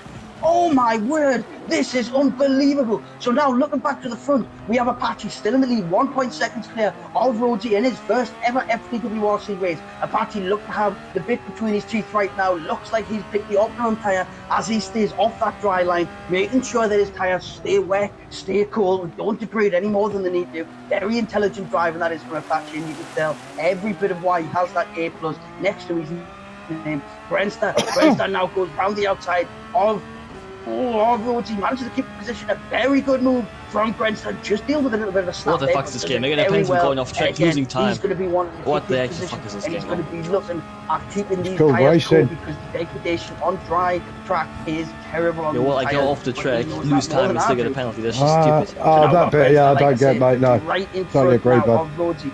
Scotty Ray is right behind. Oh, Tried to, yeah, I will do, Lucas. Yeah, I'm actually thinking of together. We've got some Tokyo drift moments going on, but now that gives Scotty Ray the opportunity to look down the inside as they come through Pouillon, and Scotty Ray takes that position, and there's just a little bit of contact, but not enough to make it matter. But now Scotty Ray's got the run on Grenster, and Grenster just kicked off to the side, having gone off the track a little bit, but he's held it well. But Scotty Ray now goes through into second place. Now Rhodesy's looking down the inside. He thinks better of it. Little bit of a brash move, but he made Grenster think about what he's doing. So now it's Scotty Ray in second, Grenster third, and Rhodesy in fourth.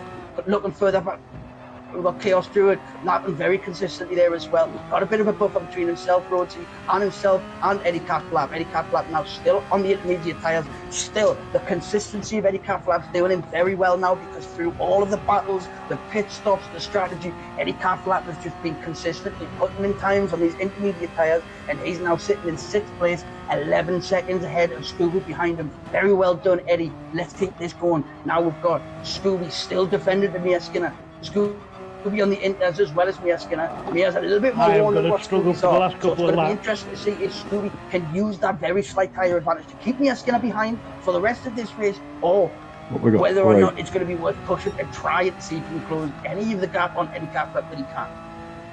Now Grenster coming in now. This is an interesting stop here. So Grenster on the intermediate tyres. So that means Chaos Druid goes through up into 4th place, and that means Eddie Catlap 2 will inherit 5th position. Now Scooby comes down the final corner. P2 is going to then be taking a position from Grenster. Mia Skinner into the pits as well on the intermediate. So it's very interesting to see what tyres these are going to come out on. Is it fresh inters to just go all the way, or are they actually now thinking... Oh, Gary, we are starting to blow. Okay. Slicks, and it is a fresh set of intermediates for Grenster, so expect some aggressive driving here from Grenster. He's got positions to make up, and he knows how to make them. Grandpa Gary, 8th position now, as he comes round. Go on, keep it together, mate. Starting to feel it. He's done a very consistent start to the race, and as we can see now, so he comes out. Mia Skinner comes out of the pits, not quite yet, so he's in 8th place. Grandpa Gary, 8th position now. Very good race for Grandpa Gary so far. Still 2 laps left, but doing very well. He's just going to have to make sure he nurses those tyres back round, because they don't have too long left in them. But if he's not battling side by side and braking late, they should be all right to get to the rest of the race if he plays these cards right. But now Mia Skinner coming out. Mia Skinner on the soft tyre. Now that's a bold strategy. We've seen the rain come and go, and it's gone again. Is it going to stay off? If the rain stays off, we could see Mia Skinner pick up a couple of positions stay here. off the dry if line, it comes back, it could be good night, Irene. You're on wet or intermediate. Entis, mate. Yeah, Entis, mate. I'm good. Iron Max braving it out. Mihai on the mediums, Iron Max on the soft, braving it out. So it looks like they now have a battle with each other, the battle of the slicks, we could call it, because they have stayed out on those tyres. Max is still on the soft tyres despite the slip and sliding of the track, and he's right on the tail of Mihai, who's on the mediums. Looking back now, Old Man Stew's taking the plunge, and he's gone for the soft tyres as well. So he's going to be wanting to make sure he keeps those nice and dry. This is the second risk Old Man Stew's taken, but unfortunately, the way the races went, there is no more risks to take. Old Man Stew is going to just be throwing everything at this right now. As you can see, Damo ahead of him. He's closing that gap on Damo very, very quickly already. And it looks like Damo's gone defensive on the inside, and it just looks like he's giving Old Man Stew the nod to let him know he's going to take the racing line. Very well done, very fair for Damo, knowing that his tyres are very, very worn out on the intermediate tyres now. Old Man Stew, fresh soft tyres, is going to be wanting to make as much as he can out of this. not wanting to leave this racing line. But now, jumping forward to the front, we've got Scotty Ray, Rosie, and Chaos Druid all come into the pits now, but we have Apache now out in front. Apache has this and one more lap left on these tyres. We know that he's capable of making these tyres last. However, we also know that he's also capable of running tyres into the ground. So it's going to be very interesting to see if he does this, the way it's going to go. And throughout all of this, yes, you hear me right, Eddie Catflap with 2 laps to go is in second place. Eddie Catflap is nearly a second ahead of Grenster. Grenster's now pressing Eddie Catflap for the second place position. Eddie Catflap, he's having a bum squeeze. He's taking the inside, defending very early. Grenster's just going to stay in that stage and then pull out. And now it's Grenster and Eddie Catflap battling for second position. Eddie Catflap drops down at the third. He's got a 5 or 6 second gap between himself and Rosie. I do apologise. Scooby, I apologise profusely, my friend. When it comes down within the next lap or two, that dry line might not prove the best for the intermediate tyres. Scotty Ray behind Rosie on the soft tyres. But Eddie Catflap, all he's going to do is nurse these tyres round, and he might... No, I'm getting ahead of myself. I'm trying now. But Rosie, fresh intermediates versus Scotty Ray's fresh softs behind. So as you can see there, Rosie just getting onto the curb, spraying up some of that water. Scotty Ray is going to be staying tightly to this racing line, tight to the dry line, not wanting to veer off anywhere he can. Oh, and Eddie Catflap's just looking to go. Oh shit, I just let chicken yogurt in. Right into the hands of Scotty Ray, who now on the soft tyres, he's got them nicely into a nice window working, a good temperature in them tyres now. Oh, I've got nothing left on these tyres. On the intermediate tyre, and after half an outlap, they're I'm losing places now. I've let every and Scotty Ray knows that. Scotty Ray doesn't need to press the issue, and very well done by Rosie. They're realising what was happening and just allowing Scotty Ray just to take it up and shit on a stick. A lot of time, but now that puts Scotty Ray third place on soft tyres.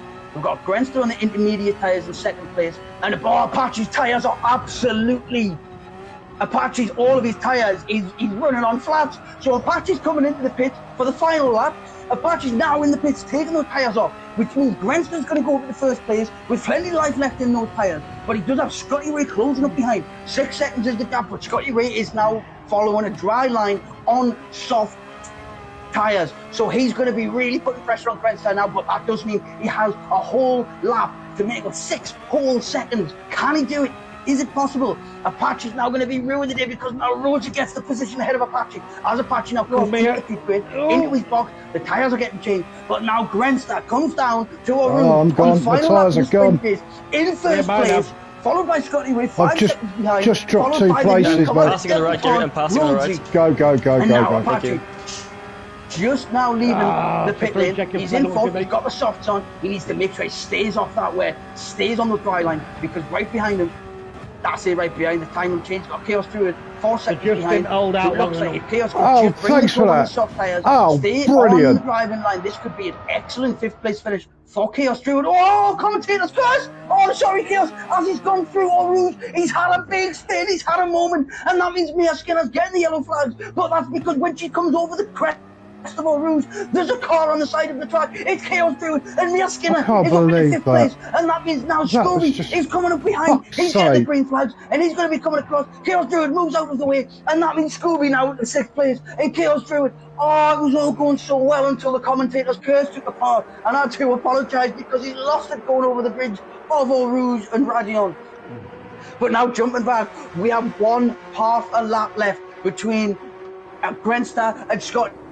There was 6 seconds at the start of the lap. There is 3. Oh, Fucking should have waited, but he just took me right out of that bastard. Grenster through, but now as Rosie comes through, Rosie now. Yeah, again, another race gets it looks like fucking ruined. Grenster might have done everything he needs to do to claim this victory here from the pole position, and what a performance it's been from Rosie to be where he is, followed by Scotty Ray, who has front bumper damage there. I'm not sure what happened, but Apache is also behind. Apache's going to be pushing, but it's a long way between himself and Scotty Ray as he comes up behind Demo, whose jaws just moved away. Don't even get to finish the lap. And spun out in doing so. But as he comes round now, as he round Blanchimont, coming towards the bus stop chicane for the final time in this sprint race, doing it unbelievably well. So we have Grenster in P1 coming round the bus stop as he rounds the final corner.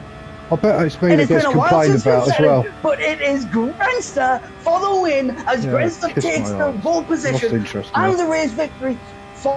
Followed now, Rhodesy, our race debutant, crossing the line just in front of Scotty Ray in third. And then we have Apache coming round now. If only those tyres lasted one lap longer, we would be singing a different song. But Apache comes down in fourth to round off the top four of an unbelievable sprint race. So then coming across the line next, we have Mia Skinner. As Mia comes round, an excellent performance from Mia Skinner. Crossing the line on those soft tyres, the two made work very well. An excellent time there for Mia Skinner, fifth place. Scooby PCM, an excellent race as well. Brilliant qualifying. Very closely followed by Capitan Jinx as they both cross the line. Chicken Yoga, again, all the tyres very close to each other as it comes round. But then Chaos Druid is about 5 seconds the flash of the lights from Chicken Yoga. But then we see Chaos Druid and Iron Max is put. Oh, if Iron Max just managed to get the traction down, he may have seen a different finish there. But Iron Max in 10th, Mihai coming across the line in 11th. And as we see now, coming through the bus stop chicane in his nice, simple livery, Eddie Catflap coming across in 12th. If it wasn't for those tyres, we could have singing a different song about Eddie as well. But what a race. And then Old Man Stu, the trials and tribulations with the race ahead, coming out all onto for what though, these Roxy? slick Just tyres, get robbed having the by problems that. with the rain start. He crosses the line in 13. Bad strat on my part, yeah, I get that. I can't remember the name of this one, but it's the one that leads towards Blanchimont. And again, 14th position for Grandpa Gary had an excellent. Oh, don't sound so gleeful about it, Tino, you bastard. A few really good overtakes, an excellent performance, and it's just unfortunate that the conditions and the variation of things going on. Oh, Gary's off. Oh, because the commentator. Yeah, fuck off, Tino. And he's off again. Cool. But he's pulling back together. And it's just all come together to make one unbelievable race as Grandpa Gary comes around the bus stop chicane, usually standing at the bus stop, waving his flag, waiting for the bus driver with his pass, but he's the one driving this time. And it was an excellent performance from Grandpa Gary despite the finish, but Demo. Maybe I should have picked it on lap 10, risk Demo it. starting on the medium tyres as well. Very unfortunate.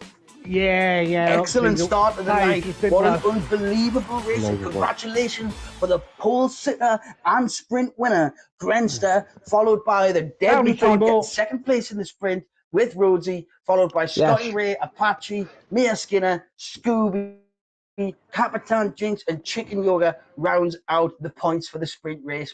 Absolutely unbelievable. Oh, that was decent, exciting to watch that. That was good. It was exciting to do. I know it didn't look, I was glad I wasn't there. It was all right, mate. I enjoyed that. Yeah. Oh, Jeff. Noob. How you doing, mate? What a shame I couldn't get 2 more laps out. One more lap out them tyres. I'd have been all right. Not to worry though. It's only a game. It's only a game show. It's only a game. What is that song? It's a big break in it. That's it. Yeah, big break in it. Is it big break? Yeah. Something like that. Yeah.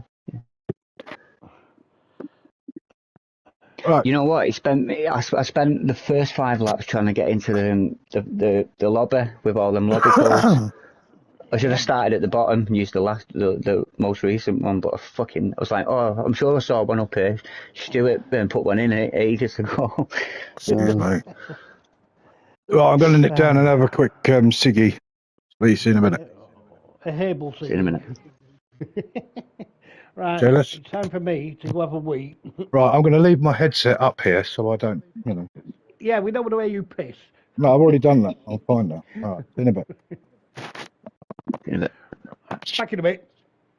So now give drivers just a couple of minutes break, a couple of minutes chance to go to the toilet, have a cold shower. If anything like me, I'm going to go and stand outside in the rain for a little bit. So give 5 minutes, and then we'll get qualified started for the main race.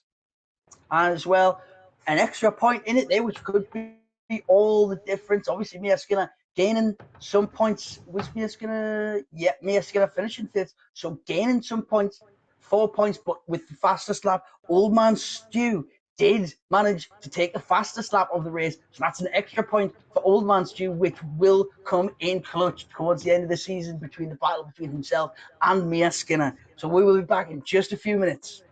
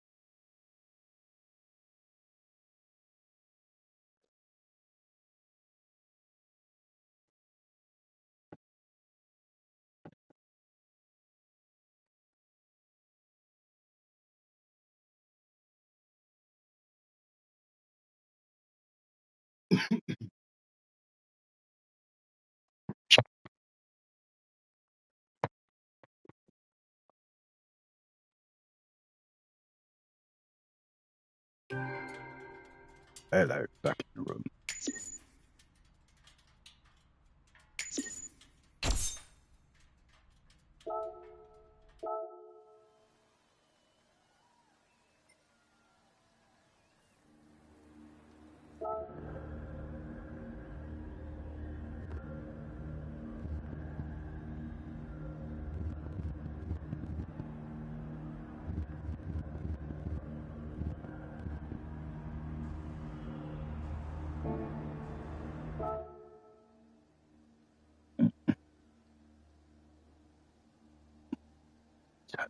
Yeah, let's put some wind on.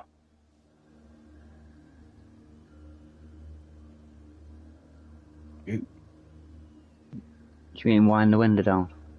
Yeah, that's the kiddie.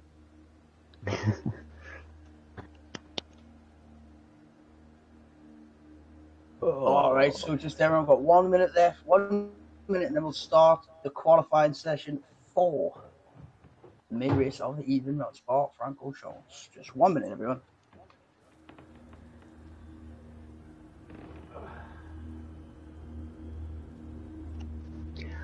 What happened to Apache? He was in the lead up until the second to last lap, I think. I think his I think he tires were might have dead, spun. if I Oh, was understood it? Daniel correct. Right. Okay.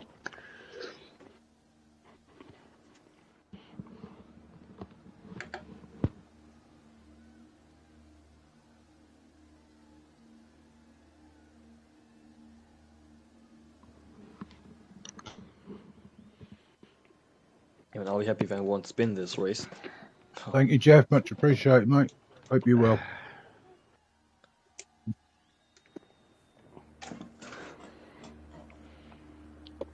Hello, I'm back. You're black. I'm Been up back. to Oh, I thought you'd been up to Cold Skull again. What are you chattering about? I thought you said I'm black. I thought you'd been up the coal chute again. No, he's just got a big cock. Well, it has been said. Oh, I am a big cox. One of the two. Yeah, it might have been.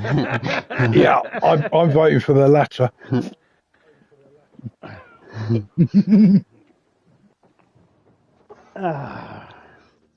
Well, that was an interesting race. Yeah, It was. It pissed me off. It was a bleeding disaster for me. I'm sure you can It join was us at an some point, disaster for me Jeff. as well. You know you'd be more than welcome. All right, so if I never believe anything everybody's says. ready, we'll quickly get these event settings changed. Here we go. What's he giving us now? Snow? Sandstorms? Geostorm. Ready for the feature I race. think it'll be dry. 27 laps around Spa-Francorchamps. Quite a lot of changes there. You look Oh, inside. rain. So if everyone wants to be That ready, looks interesting. and we will get this underway ASAP. So once everyone's checked in, we'll start qualifying. Until then, nobody out on track. Everyone must stay in the pit lane until qualifying starts. Oh, wrong And one. then we will get going. And what an unbelievable sprint race that was. A very exciting race. Fitting of the track. You know, it's such an old track. Be the token point of many, many historical moments in racing, be it through dangerous crashes, horrendous fast sections of the track, or Eddie Catler. Either way, it's all fun Picking on and me games. again. First I've race was done actually nothing. 1921 round Spa, but only one guy signed up for it, so he didn't even go ahead of the face with a motorcycle race. So did a bit of trivia for you. I mean, they could have given the guy the win, you know what I mean, but they didn't. It's just how it is. And ever since then, throughout all of time, there's never been a Grand Prix held at Spa that's been won by a Belgian. So, Mr. Any pipe and smoke it. So now just awaiting for Only waiting for 27% ready of up, Belgians, and then we'll be ready to the go. people in Belgium are from Belgium. Ah, there we are. That's everyone readied up, ready to start the qualifying 10 minutes qualifying session for the 27 lap race around Spa-Francorchamps, and it begins now. Will Good old luck, man Stu everyone. get out in the face? Hey dear, according to Jeff, you got to get ready to drink some Kool-Aid. No, it's from the practice session So as we we did can on see, start of Saturday. qualifying. Wet race again. Penalty So it's and Mia damage Skinner Kool-Aid. out first, getting ahead, get that lap in. Old man Stu second out on track. Here we go. Inseparable they are in points in terms of vicinity. Am I the only one in it? Included here. No. Unbelievable. Then, speaking of which, there's Scotty Ray right up behind the patches that go through Eau Rouge, and the rain is really falling early Let's on. go. As you see, a patch just skips straight over Eau Rouge. Good luck. It doesn't exist. Good luck, good luck, good luck. Takes up that half a second penalty. We will be serving that before the start of his first flying lap, so it's not going to affect his lap, but it will just give Scotty Ray the opportunity to get out ahead of him a little bit. We've got Rhodesy, excellent performance from Rhodesy in the sprint race. Repping it for Wales. As you see, Demo. Whoa, where you going, Max? Team Odyssey Motorsports as well. A few of the drivers Nothing happened. with Psh, Gary. Odyssey Motorsports. Didn't see anything. Competes in the over You there sure as I well. didn't? And obviously the team. Oh, I might be blind, but Mia Skinner, OMS, UUGT on YouTube. Excellent community. I think Max spun out coming out the pit lane. It's still heavy damage in this one, right? Yeah. He's on the full wet. Yeah, heavy damage all the way, mate. Everyone's going to be on the Oh full yeah, wet. great. Thank you, Lucas. Oh, Coming yeah. down. Oh, lucky. No damage. I just kissed the wall. Eddie Catlap on the intermediate, hoping that extra ballast and carry is going to give him a little bit more downforce. Picking on me again. Yeah. I tell you, I'm going to South Shields and I'm going to poo on his doorstep. Rain is going to subside somewhat really quickly, but it'll be interesting to see. The man can read the future. I don't know if you've seen his poster advertising this night's race, but it was a Porsche in the rain. No, Maybe he was something illegal. Getting Yoga now going behind Iron Max. As he comes round going on. A little bit of front bumper damage there as well, and obviously in the main race it is heavy damage. That front bumper damage is going to stay there until he gets to change it. So it'll be interesting to see what happens there, whether it's contact you got damage, Max. Grandpa Gary on the intermediate tyres. Obviously, Maybe. as a reminder, people know Maybe. qualifying cannot quit and Big maybe. And I'm about to get it. In lap. That's what you get. That's what you get, Eddie. Quit back to the pit lane. I may have done a boo-boo. Yep. Brent's down Chaos Group. Chaos Group just coming out of the pit lane now. Ah, hey Eddie. Still just sitting waiting for his opportunity. Well, what in my car to match yours? Yeah, Skin has to come all the way around and back into the pit.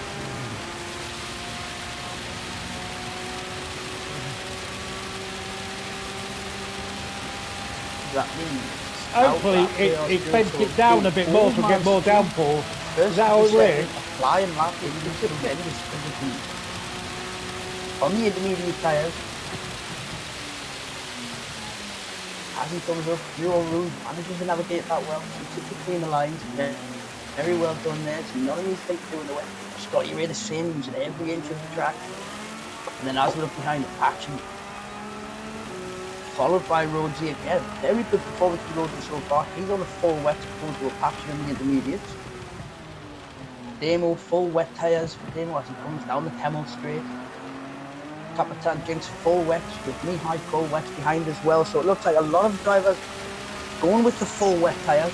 Mia Skinner on her outlap after changing. She's now full wet as well. Does look like the rain might be starting to ease slightly, but if I say that on this side of the track, it's completely different on the other side. One of the joys of driving round Spa, so for Iron Max as well. He's still out on them wet tyres, still with that front bumper damage. Oh, I just got a little bit of a snap there. Don't know if that was because of the damage or whether he just went in a little bit hot. It'll be interesting to see what time he can put together. 10-minute qualifying session, so we're not quite 5 minutes through, so drivers will have another chance to pit and do another lap if they need to. Eddie Catlap, a little bit of front bumper damage there as well. Followed by Grandpa Gary, no damage at all, so Grandpa Gary's going to be hoping Eddie Catlap doesn't make any more mistakes, because the last thing Grandpa Gary wants is Eddie to be the reason he doesn't get a good qualifying time, and that's the last thing Eddie wants as well. Oh, Scooby's had a bit of a spin there. So Gary's having it. Oh, moment. Comes down towards Let that a little bit. Front bumper damage for him as well. Let's see how Don't worry. he's handling. Brent's still just sitting waiting. I've just poo-1'd at poo-1. Hopefully this spring does go a little bit, just the track just dries up a bit more and just gets into a more manageable working window.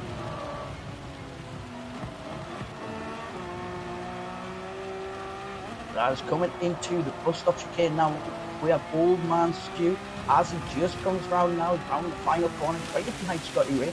So we'll start seeing the first few times coming in. So what are they going to be like? So we've got Old Man Stu with a 2:43 so far, Apache with a 2:39, then 4 seconds, but Rhodesy goes to the top, 7/10 quicker than Apache with a 2:38.5. That's an excellent time given the consideration of these conditions. But Capitan Jinx goes 5/100ths of a second faster again. Then Mihai goes on to the second row, so he's in fourth, but that's immediately taken by Chicken Yoga, who puts himself in fourth with a 2-minute 40.1. But at the minute, we still see Kapitan Jinx sitting on provisional pole as it stands. So just coming through the bus stop chicane, we've got Eddie Carflat. What's Eddie Carflat time going to be as he crosses the line? That's a 7th place. It's a 2:44 for himself. Rampart Gary with a 2:45. Very close together they are coming through here.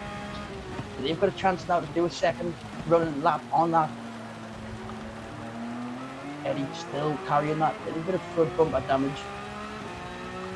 So now Scooby, a little bit of front bumper damage for him as well. But he's now starting his flying lap. It's interesting to see if he can make any gains on the drivers in front of him.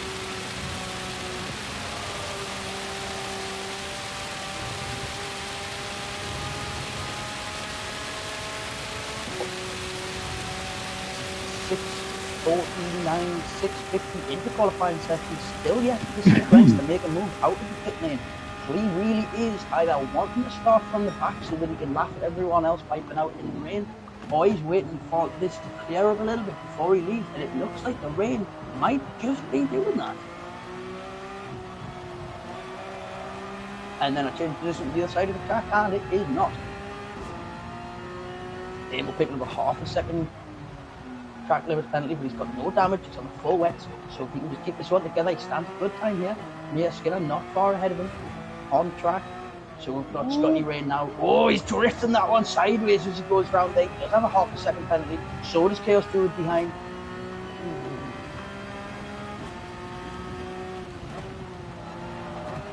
So now as they go through Blanchy Mountain, we've got Chaos Druid closely followed by Old Man Stu. Old Man Stu really wanted to improve what his time the first lap wasn't bad, but as the track dried up behind him, everyone else's time will slowly start to improve. So the Old Man Stu put a bit of a distance between himself and the drivers around him so far, now knowing that Brentster is now out on track as well.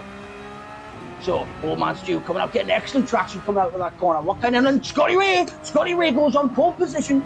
Old Man Stu up to 5th, but it's Scotty Ray on provisional pole as it stands with a 2-minute 37.1. That's 1.3 seconds quicker than Kapitan Jinx.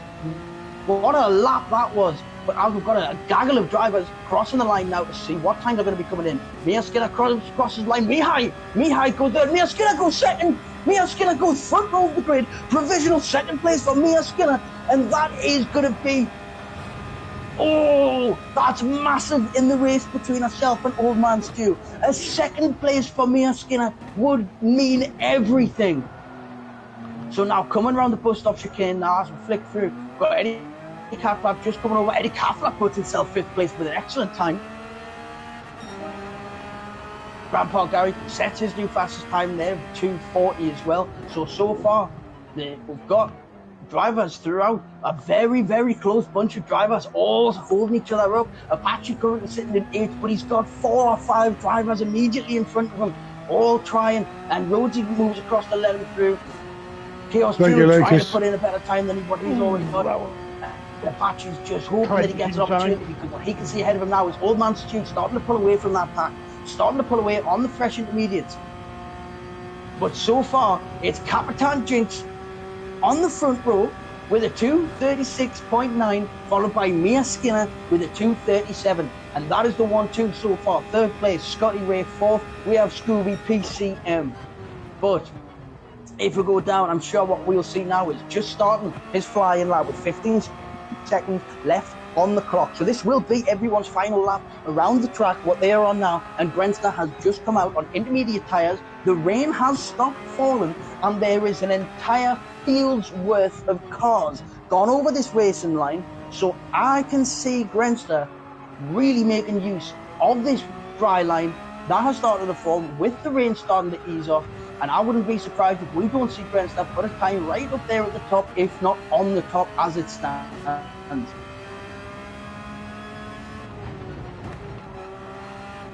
Now Scotty Ray just coming up to the bus stop chicane as he rounds the penultimate corner, now the final corner.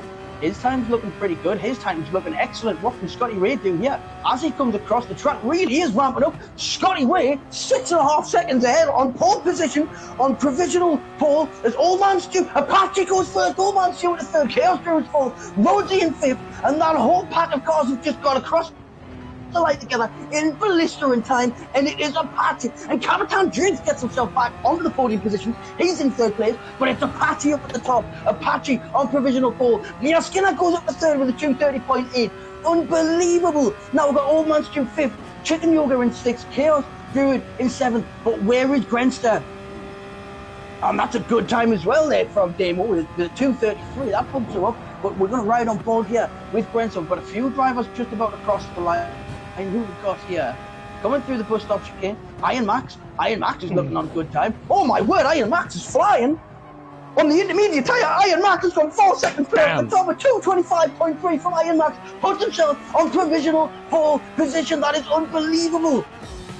Oh, that won't last. As Scooby crosses the line, Scooby goes up to 7th. So that means Iron Max on provisional pole position by 4 seconds, and there is only one driver on track left to complete a lap. So there is only one driver who can take this pole position away from Iron Max on only his second race in the FTWRC, but that man is none other than Grenster, who is now rounded. He's got a bit deep into there. Oh, he's got a little bit deep, but he's managed to pull it back together, and he's looking on for a good time as he comes down the final corner, and he comes hurtling towards the line. What's it going to be? It's pole position by 1/10 of a second, and Grenster takes pole position from Iron Max right at the death by 1/10 of a second, and that puts him on pole position. Iron Max in second, and Apache third, and on fourth place, rounding off the second row, is Eddie Catflap with an unbelievable 2:30.4, which is faster than Scotty Way by 5/100ths of a second. Take a bow, Eddie Catflap. Unbelievable qualifying session right there, and it's Grenster on pole again from Iron Max down to a. I think you tickled Tino's fist button, Eddie. On the second row of the grid. Wow. Fucking hell. How the hell did I do that? Aye, mate. I order an inquiry.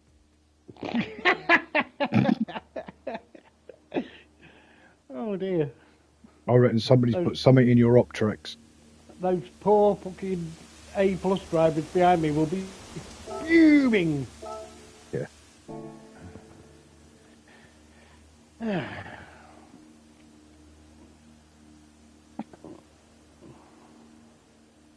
Fuck me, I was slow then, wasn't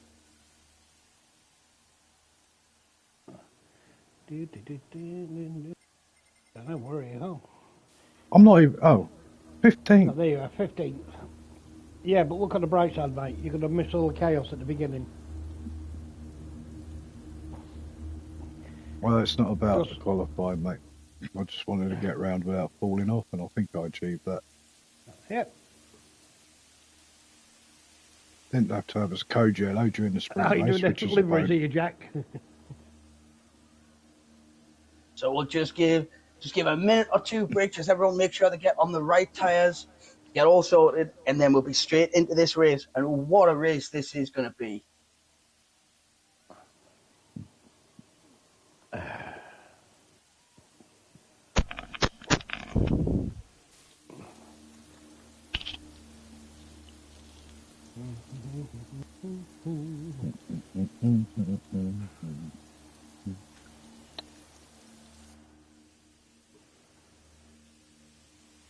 Well, all I can say for myself, the original Temu streamer ain't doing too bad.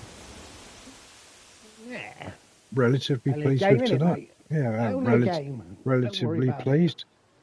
I mean, if I'd have taken me high out like he took me out, then there'd be a complaint to make by now. But hey ho. Well, you got took out, did you? Right, okay. No, I think so. Yeah, I think you could have got avoided everyone it. ready, if everyone makes sure they are on the correct tyres.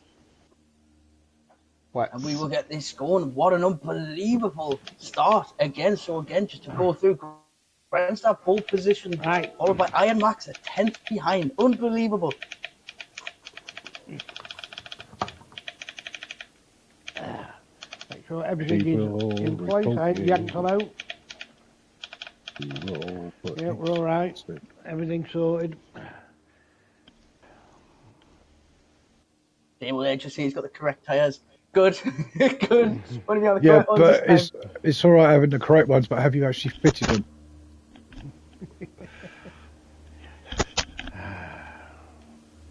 Well, Let me check again, but yes, I have fitted them. But I did double check. Start. Amen. 27 laps around Spa-Francorchamps, so we can see what the weather's like. Not sure what it'll be like later in the race. Forecast says that it shouldn't get any worse, so we'll wait to see. Our forecaster in the booth, Cody Joel, has never been very good at predicting the weather. The hell? here we go. Settle in. Have fun, gang. Here we go. Here we go. So we have Good luck, Grandster on baby. pole Good luck, position. everyone. Iron Max, Good luck. Apache, then Eddie Catflap for the start. Full damage on his lights out, and the race is on. As we see, Grandster gets a good start away. Eddie Catflap with a good start, making time. Really closing up on the back of Iron Max already, staying out wide, and then late on the brake, and is coming round, and everyone's looking to get through there pretty cleanly. As you can see, Grandster gets in the lead. Oh, Apache with a little wobble, but he holds his position as we look back through. So Iron Max now is just ahead of Scotty Ray. You can see Catflap Jinx behind. Eddie Catflap lost a few positions, and he has Old Man Stu looking down the inside now, who's getting better off that going through Oru. Eddie Catflap just easing off, making sure he doesn't lose that position any further. Oh, he's gone across there, and I would imagine a fair few drivers will in these conditions as well. But looking forward now, it's Grandster, almost a second ahead in the lead already. Managed to pick his own clean, get himself out in the lead. He's on the full wet tyres. He's followed by Apache, who's going to be wanting to hunt him down as he is on the inters. As we look behind there from Apache, you can see Iron Max now third place. Iron Max right up behind Apache as well. He's on the intermediates, and as we look back from him, Scotty Ray, Capitan Jinx just battling behind. Capitan Jinx on the full wet to go to the intermediates of the driver ahead. As they come down to the hairpin, all managing to stay very close together. Looks like a few drivers, I haven't gone wide. Oh, Scotty Ray's had a bit of a wobble, but he's held it together very well there as he goes a little bit more sideways around the corner. This rain really is making for some exciting racing, and the way these cars are being kept under control is nothing short of miraculous. Now, the Old Man Stu now looking to make waves. He's now in 6th position. He's got Rhodesy right in behind, 2 tenths behind. Oh, Old Man Stu's drifting it into Pouillon. He's looking out of his window to see where he's going. Unbelievable stuff from Old Man Stu on the intermediate tyres. All the while managing to hold Rhodesy behind, who's going to be edging best to get past, but not realising that somehow Eddie, Old Man Stu, he ran out of magic because Rhodesy's managed to pick his pocket. And as they come round now, as they just come towards them, what an unbelievable move that was. And I thought he is catching up. I thought Old Man Stu was going to just start to lose it, giving Eddie the chance to catch up, but Rhodesy just swept in, took that position, but now that does give Eddie Catflap a chance to try to gain a few positions back that he lost from the start. He's on the intermediate tyres, as is Old Man Stu, and he just served that penalty, so that means Scooby's just going to have the pace advantage, and he's just going to get down the inside of him as the round Blanchimont as we look towards, and this is an unbelievable start to the race. But as we go flicking further back through the start, we see Scotty Ray frozen again, right Plenty of time left. Plenty of time. As he comes through, but Iron Max has gone very deep there, and he's had to cut across the corner to keep that position, and then as a result, has he been reset? I didn't know if he'd been reset or whether, either way he's gone from 2nd to 6th.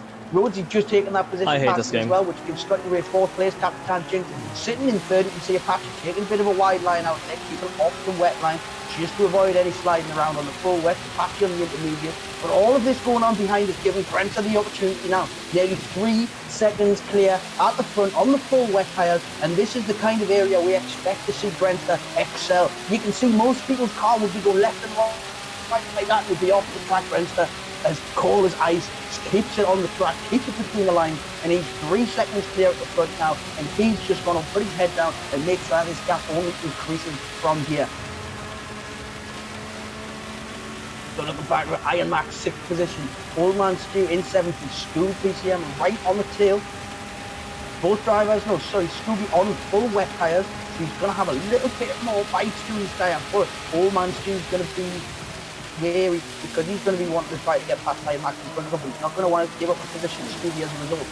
Eddie Catflap down from 4th to 9th, an excellent start from him. Usually loses a lot more positions than that, but he's done very well just to keep in the top 10 so far. As he comes down, he's on the intermediate tyre. You can see Scooby and Old Man Stu just starting the battle ahead of him, so it's going to give him opportunity to close up that gap a little bit, and hopefully the weather will ease up a little bit for these guys, but I'm not sure what's going to happen. Some intermediate, some wet, doesn't matter what time see around. It's excitement left, right and centre. But now we've got Chaos Druid. He's now looking at the bumper of Eddie Catlap. He's waiting for an opportunity to sweep up any mistakes that Eddie Catlap might make. Soaring away at the steering. And then looking back as well, Mia Skinner down to 11. So Mia Skinner losing some places from the start and seeing Old Man Stew scooting up ahead. So it's a good start to the race from everyone. No one's managed to go sideways into a barrier just yet.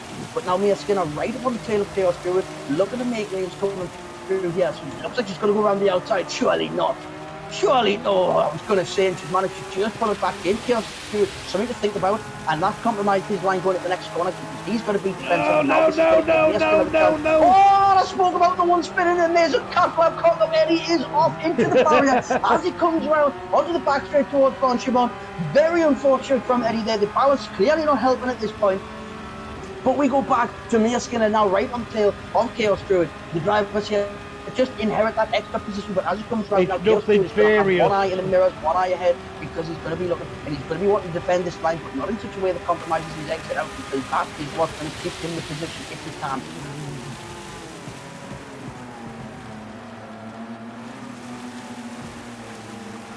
We'll manage to the next pit stop. So see Rosie right up with Scotty Ray now as this rain just is relentlessly falling straight got fourth place on the down this straight. Qualified with the damage out. And riding on. Right, so why is my clock showing me high 20 seconds behind me, and yet he's just about to overtake me? The weather's going to get any better for now, so he's just going to make use of the tyres while he can, and he is really closing the gap on Scotty Ray now. Right here, mate. On straight. Rosie has the run. Scotty Ray goes defensive very early on, takes that defensive line as we can see now. So Rosie coming up alongside Scotty Ray. All right, now. It's going to be a very dangerous corner to break late into being red. Oh, the both breakers in, the both held the line. Very good driving there, keeping it on the outside, and Rhodes's managed to keep that inside line, and he's done it very, very well, and he takes the position. What a move that is from Rhodesy. And as he comes down, he's made it stick. Oh, Scotty Ray's at the moment. Scotty Ray, under the pressure, has gone off the track, and as a result now, Iron Max has gone through. Old Man Stew's going to go through as well. He's just as he comes round. Scotty Ray just manages to keep the inside line as Old Man Stew's coming round, but he's going to have the grip because he's got clean tyres opposed to Scotty Ray's dirty tyres as he just goes wide. And that is very unfortunate for Scotty Ray to spin out in the way that he did under the pressure that he was in. But that gives Rhodesy a bit of clean air. Iron Max has gone through, and now Old Man Stew has at least a second gap between himself and Stewie behind, so he can get his head down and focus on catching Iron Max, both on the intermediate tyres. What a start of the race this has been. And then looking back, Scooby PCM now has a 3.5 second gap between himself and Chaos Druid, and then between Chaos Druid and Mia Skinner behind is only half a second to Mia Skinner constantly in another position from Mia Skinner there, just by keeping her nose clean, just by keeping herself on the straight and narrow and keeping in time with Chaos Druid. So as soon as there's an opportunity, she will take it. Mia Skinner, not one for rash moves, not one for daft overtake, but very much one for manipulating the situation into giving her a position rather than having to take it for herself. So it's going to be very interesting to see how Chaos Druid deals with this pressure, because there's a lot of drivers that have had this pressure before, and a lot of drivers have felt the pressure. So we'll see how this goes as they come through. Coming towards the bus stop chicane at the end of the third lap. Oh, I've got two drivers go a little bit wide. Oh, man, Stu holds it together though. Manages to keep it together, and he is now gaining time on Iron Max in front of him. Iron Max also going a little bit wide, but as they come through the bus stop, you can see that rain does look like it's starting to ease now. Cheers, buddy. At this end of the track. So further up, Rhodesy's closing a gap on Capitan Jinx, and Capitan Jinx right a little bit on too the heels deep of Apache now. Just wobbling around, but he's keeping it together. A very, very good effort there. That Capitan Jinx keeping in distance of Apache. Not easy to be done, especially in this weather. But Apache known for his aggressive driving, and sometimes in this kind of condition, aggressive driving isn't always the best thing. But when it pays off, and this is how Apache learned how to drive in a go-kart in conditions like this. So this is where he feels at home. So this could be a scalp to take for Capitan Jinx. If he can stay close enough. Oh, and he sets the fastest first sector time as I say that, Capitan Jinx. But while all this is happening, the man with the surgical precision, the man coined the surgeon with his accuracy, 6 seconds ahead in the lead is Grenster, looking to make his pole position, looking to convert it into his first victory of the season on a main race. And this is unbelievable. Towards the end of the season, when Scotty Ray came on on board and started winning races, and Apache's up there, and Grenster was always up there with him. And now this is a late season resurgence from Grenster, just to remind everyone that the championship is not over and this man could still win it yet, and it's not something that I would see out of the realms of possibility. And now Apache, he's going to be pushing on the intermediate tyres. Keep them tyres cool, Gav. To give up a second People are wet, going to start struggling too, mate. But as a result now he is starting to be closed in on by Capitan Jinx, who cannot get away from Rhodesy behind. Rhodesy only 3/10 behind Capitan Jinx now, and these guys are going so fast that even though they are bumper to bumper, they are starting to pull a gap. Rhodesy now nearly 4 seconds ahead of Iron Max. As we see Old Man Stu closing in, trying to close that gap up on Iron Max as well. An excellent start of the race for both of those. As Old Man Stu sets the best sector time across there, he really is pushing. Oh, he's using every bit of the track there, and we all know you go a little bit too wide there, it's race over. So he's doing very, very well. Full commitment from Old Man Stu. Nothing less than we expect to see. Chaos Druid there as well. Still. I just gone purple already. Still holding it well. Me too, mate. Must be a glitch on the track. We're not that good. But we'll take it. We'll take it, Gaz. I'll take it, mate. Yeah, definitely. Gaz, purple. Yeah, purple.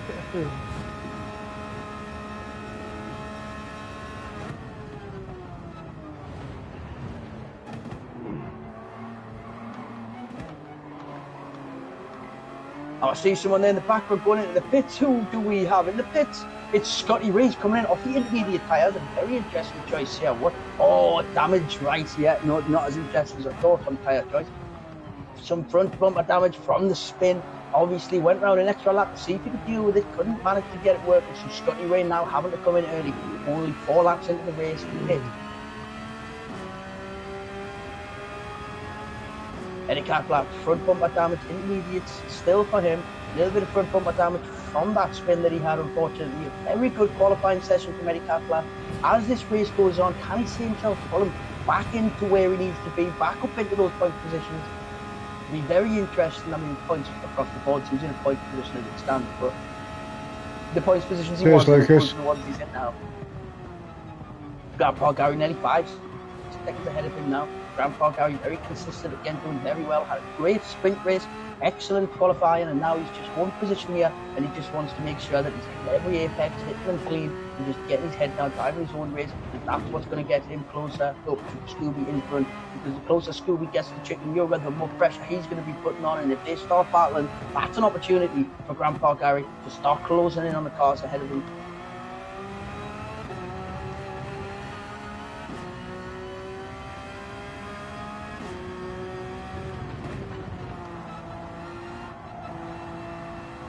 As we see from Capitan Jinx's point of view, you can see Iron Max just ahead, just starting to close in now on Rhodesy. Looks like Apache just started to make a bit of a gap away there, so Apache now scooting ahead. He's now nearly 5 seconds ahead of Rhodesy, and he's just over 3 seconds behind Grenster. So now that he's in the clean air, Apache actually starting to take little chunks out of the time of Grenster, so he is starting to put pressure on from where he is. As Grenster comes into the pits now, he's on the wet tyres. What tyres are we going to see Grenster come out on here? But that means Apache's also coming in. And Rhodesy. So going through here, Iron Max is going to be taking the first position. Are we going to see people coming out on soft tyres or medium tyres? Are we going to see slick tyres already? As Iron Max takes the fastest lap, and it looks like we've got just about everyone piling into the pits now. So at the front, we've got Iron Max, followed by Capitan Jinx, Chaos Druid, and then we've got Grenster in the pits now. What tyres is it going to be that he's putting on? As Mihai goes through in 4th place, Chicken Yoga in 5th.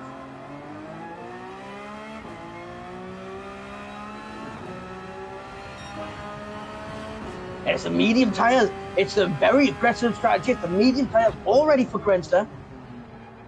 As he comes out now, so he's just come out in a little bit of traffic, but he's going to get those tyres up for working condition. Then we've got Rhodesy coming out. He's on the medium tyres as well.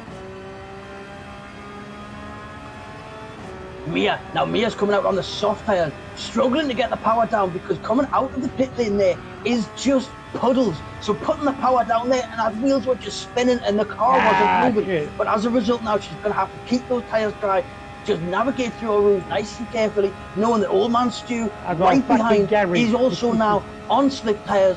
Old Man Stu on the medium, so Mia Skinner's going to have the faster tyre once they get up to heat, but it means Old Man Stew's going to have a bit more longevity in those tyres. The track will be cool, so degradation shouldn't be too much of an issue. But looking through, now Scotty Ray also on the medium tyres, so we see a lot of drivers coming in now.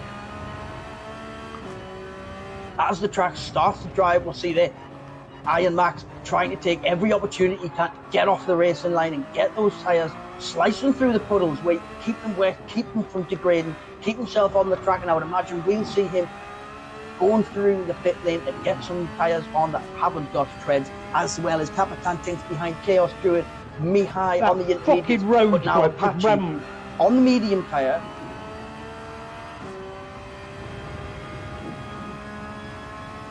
But I missed something here. Well, I think I've missed something here. Grenster's on the medium tyre, 2 places behind Apache, who's on the medium tyre. Have I missed an overtake? Yeah, Apache is in like net first position here, really. So I'm not sure what happened there, but he's a good few seconds ahead of where Grenster is. So I'm going to have to go back after then and have a look and see what happened there, because I must have missed something completely there while I'm looking at all the chaos unfolding elsewhere. But it looks like Apache now in their first position, because the drivers in front of them now, Iron Max, Capitan Jinx, all going into the pits, Chaos Druid, and I would imagine we'll see Mihai as well. Yes, so as Apache now comes round out the post stop chicane, he's going to come through, and as he comes out of the first corner, he's going to round the source, and it is now Apache takes the first place, so it's Apache out in the lead at the moment. So Grenster now in second as he follows through, but there's a 5-second gap between Apache and Grenster.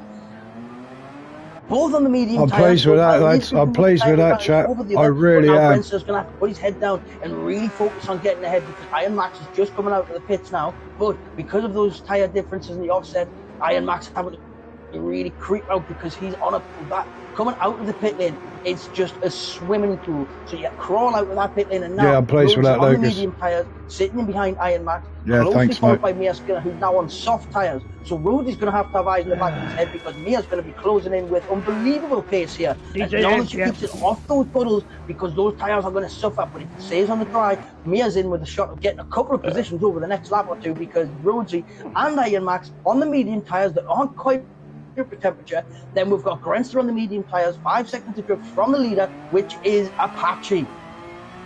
Eddie Carflap now in the pits as well, so he's going to be getting those fresh tyres on. He's made the adjustments to the front bumper they needed, so he doesn't have an excuse anymore.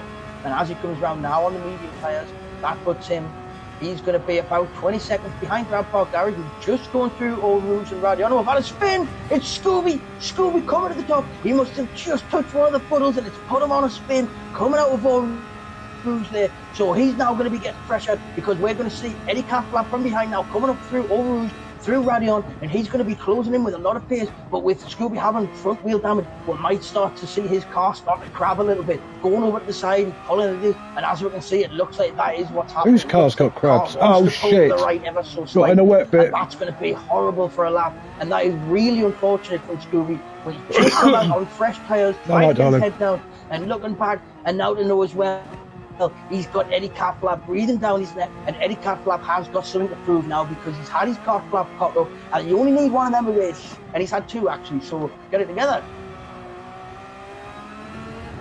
But now Grenster, there's something wrong with my timing port, because now I'm looking at Grenster, he's 6 seconds ahead of Apache. My PlayStation okay here, everywhere I look away from the front. So Grenster 6 seconds ahead on the medium tyre. Oh, Apache's got rear bumper down. It has Apache had a spin. He's having to come into the pits again, which means Iron Max on the fresh mediums. He's going to now start this lap ahead of Apache, so that's Grenster back in the lead now. Grenster on the medium tyres, up to temperature. He's going to be sitting in a nice place now, with no one ahead, no one behind. He's been able to do his own race the way he needs to. And Charlie, Max now you coming around that source. He's in the same position. I'm not going to lose the position. Skinner very closely following him around. Mia's on the soft tyres. So I'm about to get overtaken. To close up a bit of a gap here, but Mia's tyres will start to fall off soon, so she's only got a couple of laps in which to get this move done, and I'm sure Iron Max will be aware of that. He'll be doing everything he can to stay out of the striking distance. Mia Skinner has an opportunity here. Can she take it? I've got a funny feeling I forgot to change the oil in my car. She doesn't seem very speedy. and she sets the fastest first. You've got your racing slippers or time. racing Oh, we've shoes got on. a spinner. We've got a spinner. Who is it? Oh, it's Scotty Ray. Oh, he's gone. Scotty Ray's gone. Oh, okay. Scotty Ray out of the race. Not sure what happened there, but that does take a bit of the pressure off now for the battle at the front. A plus driver through tantrum. Was being pressured at the top of the table by Scotty, but he's had that spin on the Camel straight. So now Grenster 12 seconds at the front.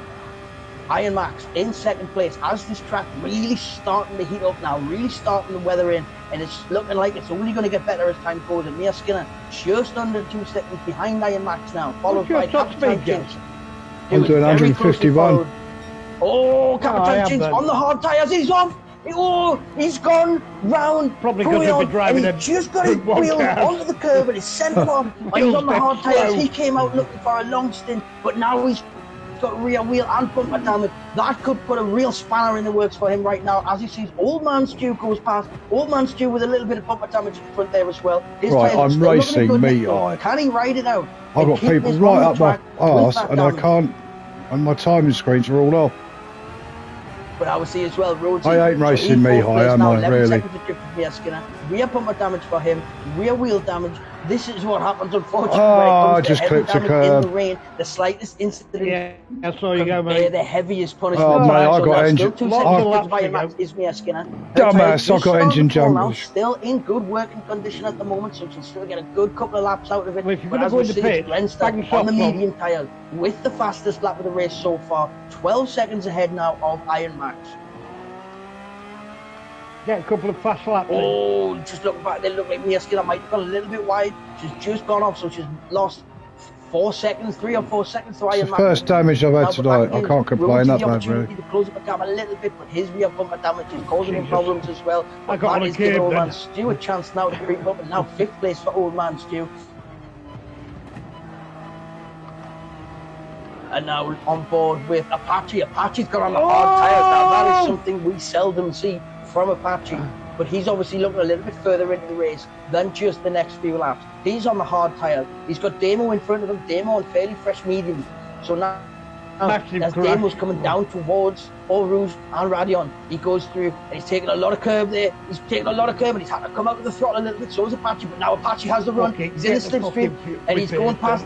Excellent driving from both of them there. Damo leaving enough space there for Apache to go around the outside as Apache comes across, just wants to take the defensive line, but knows it's not going to be too much of a challenge. That inside line is so good, and it would be borderline suicide to try to make quick. Damo what tyres are we well. running? Damo's going to try to slip in behind and just take the stream of Apache and use that to drag him further forward up the race towards Capitan Jinx. So now Apache with Finnair ahead of him, 7th place on hard tyres. Hey LG, any game, mate?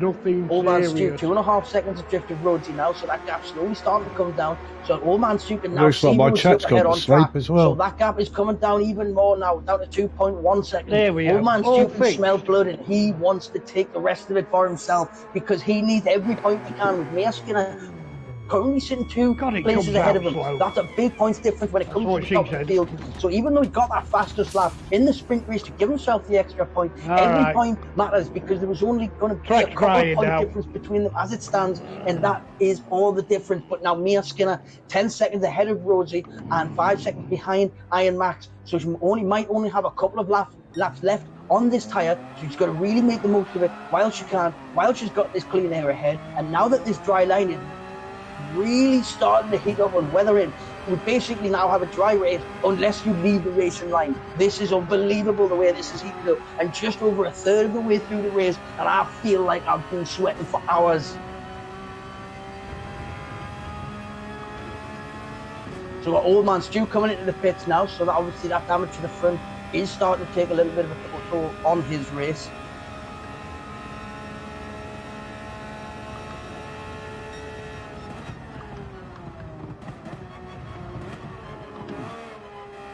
How much damage did you get, Gaz? Engine damage, aero damage, bodywork damage. Which now seems how long? Apache moving to 5th place. 10 seconds or more. Damo's still sticking within a second of Apache though, so that's slipstream really having benefits from Damo now. Damo managing to get himself ahead of the Old Man Stu, Capitan Jinx, Chaos Stewart. Oh, into 6th place for Damo. That's a very, very good place to be sitting. He's still got a lot of life left I in don't his believe this tyres race as is well. over yet, So though. really good position for Damo to be sat in at this stage in the race. Well, for me, I think it might be again, but Now, hey don't ho. start sounding like not that quick. No, Neil. Still doing well I'm around genuinely here, enjoying still keeping it tonight on more. track, still putting together decent times, but that Well, rear it wasn't damage until about maybe one starting lap to take ago. a bit of an effect. Just goes a little bit sideways there, but holds it together very, very well, Rhodesy. Now, Mia Skinner, 12 seconds ahead of Rhodesy, 6 seconds behind Iron Max, so there's not much of a gap ahead and front. But Mia Skinner, with this Well, gear there, reset really me, needs to boss. just take advantage of every corner that she can on the apex, because this track is just getting better and better. And before long, I'm sure we'll see drivers No, just dug it into the grass. going all out to gain positions back that the Got a rain penalty. stole I from can them live early on in with the it. No, I race. can't now. Not now.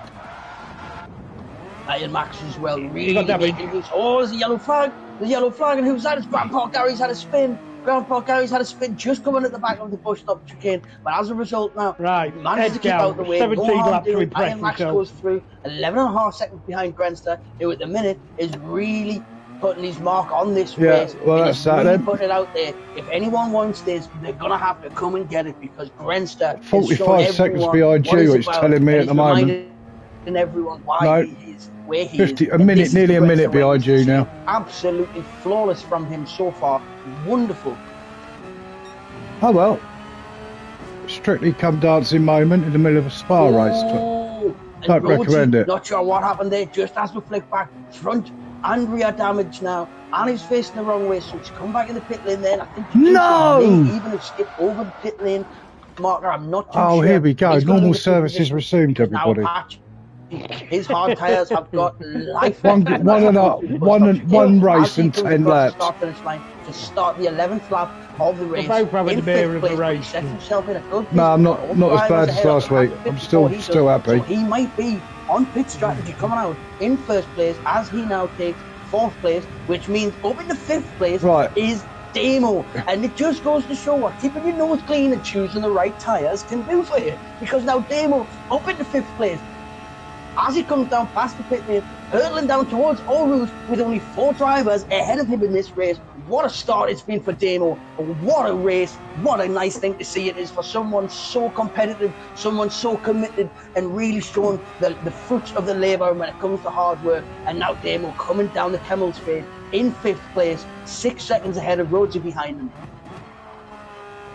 And yes, I was right. Because of the way his car went across and he had to backtrack into the pit lane, that's a 3-second penalty for the crossing the pit lane from Rhodesy, which now that puts him under immense pressure, because Old Man Stu is less than 4 seconds behind him, and less than 2 seconds behind him is Mihai. So come after that penalty is served at 3 seconds, Old Man Stu and Mihai, providing they don't do anything silly on the rest of this lap, will have that position given to them. But it means Chicken Yoga will be Here we go again. milliseconds away fucking from chaos. the back of Rhodesy. So that could be a position for him as well. So we could see a lot of position changes based on that one penalty that we see there. Fresh hards for Capitan Jinx as well. Looking there, he's only been out 2 laps on these hard tyres. He's going to be looking long. We've seen that from Capitan Jinx many times before, going long into the race, making tyres last and then coming out and finishing with a bang. And there we have it. We see Mia Skinner into the pit lane now, taking off those soft tyres. Really did well to make use of the wedge did, but now we've got Apache still, as he comes through now, heading towards Blanchimont. So it looks like Mia Skinner might just get out of the pit ahead of Apache. Oh, too heavy The again. longer I watch the pit lane, the slower it takes. Fucking Shirley. Iron Max still 10 seconds away from Grenster, now putting in the past his first sector time. As we'll see for the way the race goes on, as the track heats up, as it gets drier, as the cars use fuel, the lap times done it now again, are just gonna get overbrake. faster and faster, and I don't think it'll be long until we see a sub 220. Here we go. So yeah, just coming out. So Apache, oh, Mia Skinner has got out just ahead of Apache, but the closing speed is going to be a lot different. So Apache now right in the slipstream of Mia Skinner, managing to get out just ahead But now Apache knows Mia Skinner on the medium tyres, on the better tyre than what Apache is, but they are fresh. Apache's had a good few laps to get these hard tyres warmed up and into the perfect operating window. So now that Mia Skinner's going flying down the Kemmel Straight, Apache's going to know that his moment is coming up soon. And Mia Skinner's going to know that she's got one of the most aggressive, one of the most competent, skillful overtakers on the grid behind her. And it's going to be a wonderful thing to see her try to keep him behind. But it's less than half a second now. So looking at this, and as they come up, Grandpa Gary in front, you're getting the blue flags now. Grandpa Gary doing very well, doesn't want to do anything unpredictable, holding his position well, everything he needs to be done here, Grandpa Gary, and now he's off the racing line. That is wonderful driving. This is Ftwrc R. So as coming down now, Grandpa Gary backing out at the perfect time for the inside line, giving Apache the opportunity to scoot back in right behind Mia Skinner. And as a result now, Grandpa Gary losing very little time of his own, and he now has the joy of watching this battle up ahead. What an unbelievable few corners that was. And Grandpa Gary's now going to be trying to take absolutely max advantage, take advantage of the double slipstream that he may now be getting from Mia and Apache in 3rd and 4th place. Thank you, mate. Unbelievable. But now Apache less than 4/10, sticking right behind as Apache sets his fastest sector time across that middle sector. And he's in the slipstream of Mia Skinner as it comes through towards Blanchimont.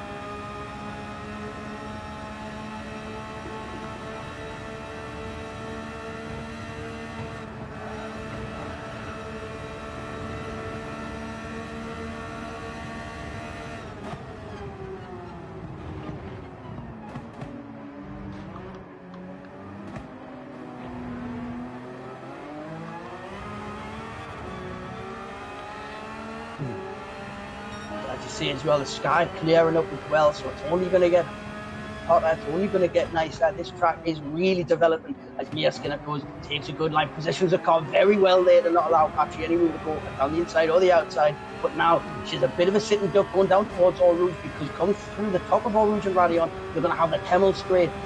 And it's going to be interesting to see the way this plays out. Is Mia Skinner going to defend early, or is she just going to allow Apache the space and then work on getting it back later on in the lap?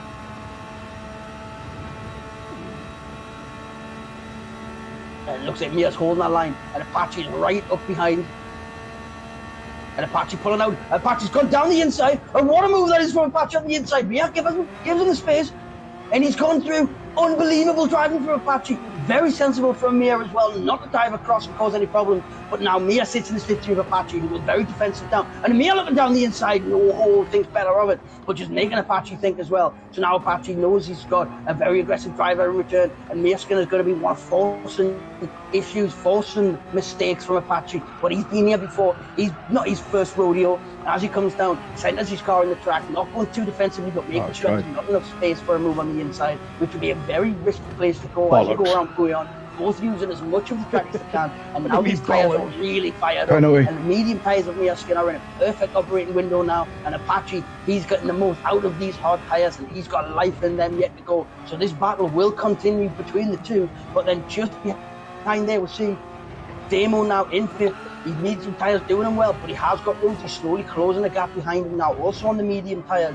But one saving grace for Damo having this fast driver coming up behind is that behind Rhodesy is Old Man Stu. And Old Man Stu's on the medium tyres as well, at a similar age to Rhodesy's. So Rhodesy's going to have eyes in the back of his head, because Old Man Stu is going to be wanting that position, and he's going to be wanting every other position ahead of it as well. So if he can start putting pressure on Rhodesy and make a mistake, not only could that benefit him, it could all fall into the hands of Damo, sitting in 5th place right now very well, and I would love to see this continue. But the drivers behind are unbelievably quick, because behind Rhodesy will have pressure from Old Man Stu, and if Old Man Stu makes one mistake, less than 3 seconds behind him is Mihai. Unbelievable competitors, and the driver behind Mihai is Capitan Chinks. So if you think going past one person it gets easier, if anything it gets harder. But now Damo taking the opportunity wisely, not getting drawn into those battles, knowing where his races ought to be won. He's going in with fresh tyres on. Oh shit, wasn't it? Looking too good, and as a result now, I just done a 2:25 break. Who is now less than 2 seconds behind Rhodesy. So Rhodesy does have clean air ahead. There's 10 seconds between Rhodesy. I was riding Apache's coattails though. But less than 2 seconds between himself and Old Man Stu as we reach the halfway point of this race. Oh, Mia Skinner making a move. Oh, going on the outside, but Apache defends the inside line very, very well. Just as we ride on board there, we see that happening. And Apache holds that position. Mia Skinner testing the waters there to see what can be done, making Apache think about it. Apache holds the position, but now Mia Skinner. A bit raggy. Come on. Mia Skinner really up close, really making use of those tyres. The medium tyres that are fairly soft are now going to start working a little bit better than the hard tyres of Apache. But Apache is more than capable of making those tyres do what he needs them to do.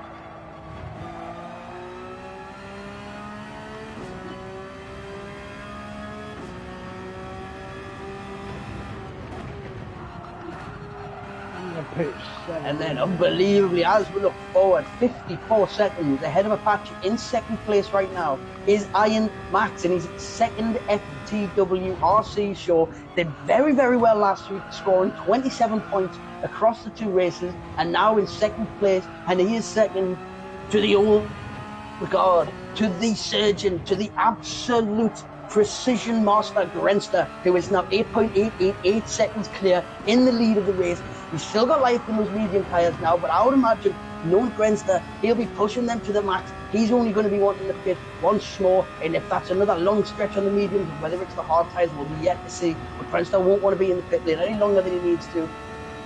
And looking back now again, so we're back on board with Apache, looking backwards off the bumper as we see the sun now shining off the windscreen of Mia Skinner. The sun is out, the track is drying, and this is a race. So now coming down towards the source, over the start finish line, currently got Rhodesy with the fastest lap of a 2:20.6, cutting close to that sub 2:20. Mia Skinner right on the tail of Apache as Apache comes round the sword, gets the power down early, but Mia Skinner does as well. And on those medium tyres, Mia Skinner's got to be feeling confident here. She's got to be feeling full of herself. Knowing they come up with the top 2:23, and I still can't catch her. Only will she have the slipstream in the run, but she's got the tyre advantage as well. What can Apache do to prevent this from happening, if anything? Because the gap now is a tenth of a second. As they come up to the Camel Straight, Apache on the inside line, very defensive. He's coming across and giving a squeeze, as he's entitled to do, but Mia Skinner looks like she's got the move made.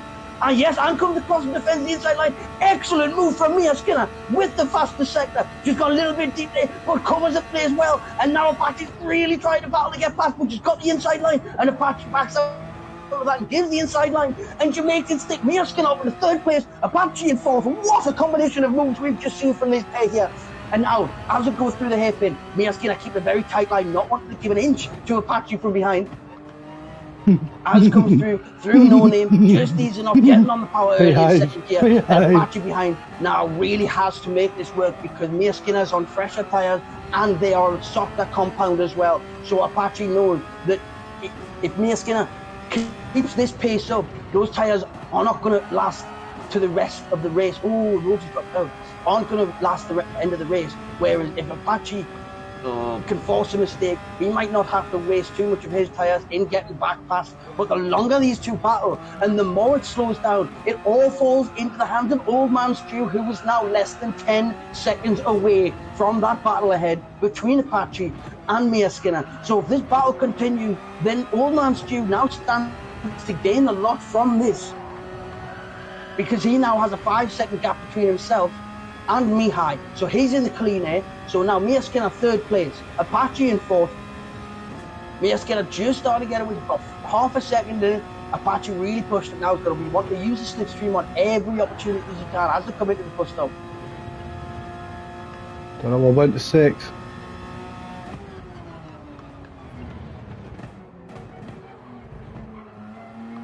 So now the gap now, Old Man Stu to Apache less than 9 seconds. So Apache on the medium tyres, really getting his head down. Old Man Stew really making him work, really trying to gain that time. But as you see, as they come round La Source down towards Eau Rouge, this is where you see Apache and Mia Skinner start to pull away a little bit, using the slipstream of each other. Go through Eau Rouge here, looking back, you can see the front bumper of Apache closing right in, and again, once on the Camel Straight, driver in front sometimes can be a bit of a sitting duck, but not so much in this situation because there's just a half a second gap. So it's a long way back for anyone to think about an attacking move. So I'm not sure if Mia Skinner will need to go too defensive, because Apache's not going to take a risk like that. He's just going to follow through as they come through the cone. and then coming round, and this is where it all matters. These tight sections here are where Mia's tyres need to come in clutch. It needs to make the most of having a softer compound on this section of the track with the tight turns. What's up, And Eddie? now the gap 7/10 now. So Mia really trying to pull away from Apache. I nearly Apache binned doing him, a very mate. good job of keeping it within distance of Mia Skinner and not allowing her that chance to take her eye off the mirrors and focus on going ahead.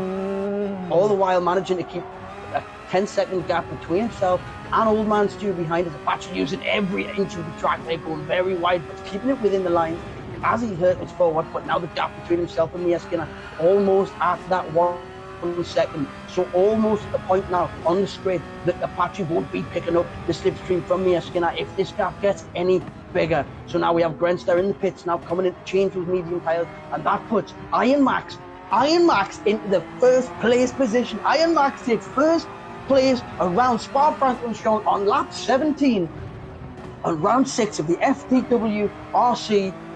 Iron Max in first place. Doesn't have a lot of life left in those tyres. So what he's going to be doing is making the most of this lap or two on these tyres and trying to get back out. So now we've got Grenster come out of the pits, but as a testament to the way that Grenster and Iron Max are driving, Grenster comes out of the pits 1 minute ahead of Mia Skinner. I'm sure that'll change as it goes through when it adjusts, but no, I think it actually is an entire minute ahead.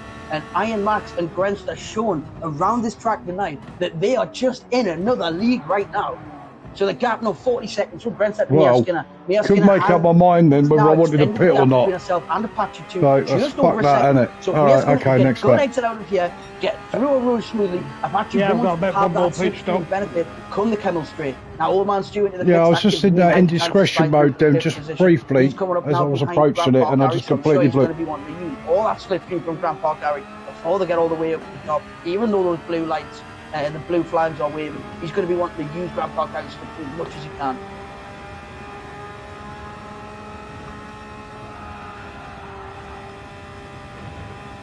Right, now looking a little bit further back, still got a bit of a battle going on back here. I've got Eddie Catlap 7/10 ahead of Chicken Yoga, who's putting the pressure on now. Chicken Yoga on very fresh soft tyres.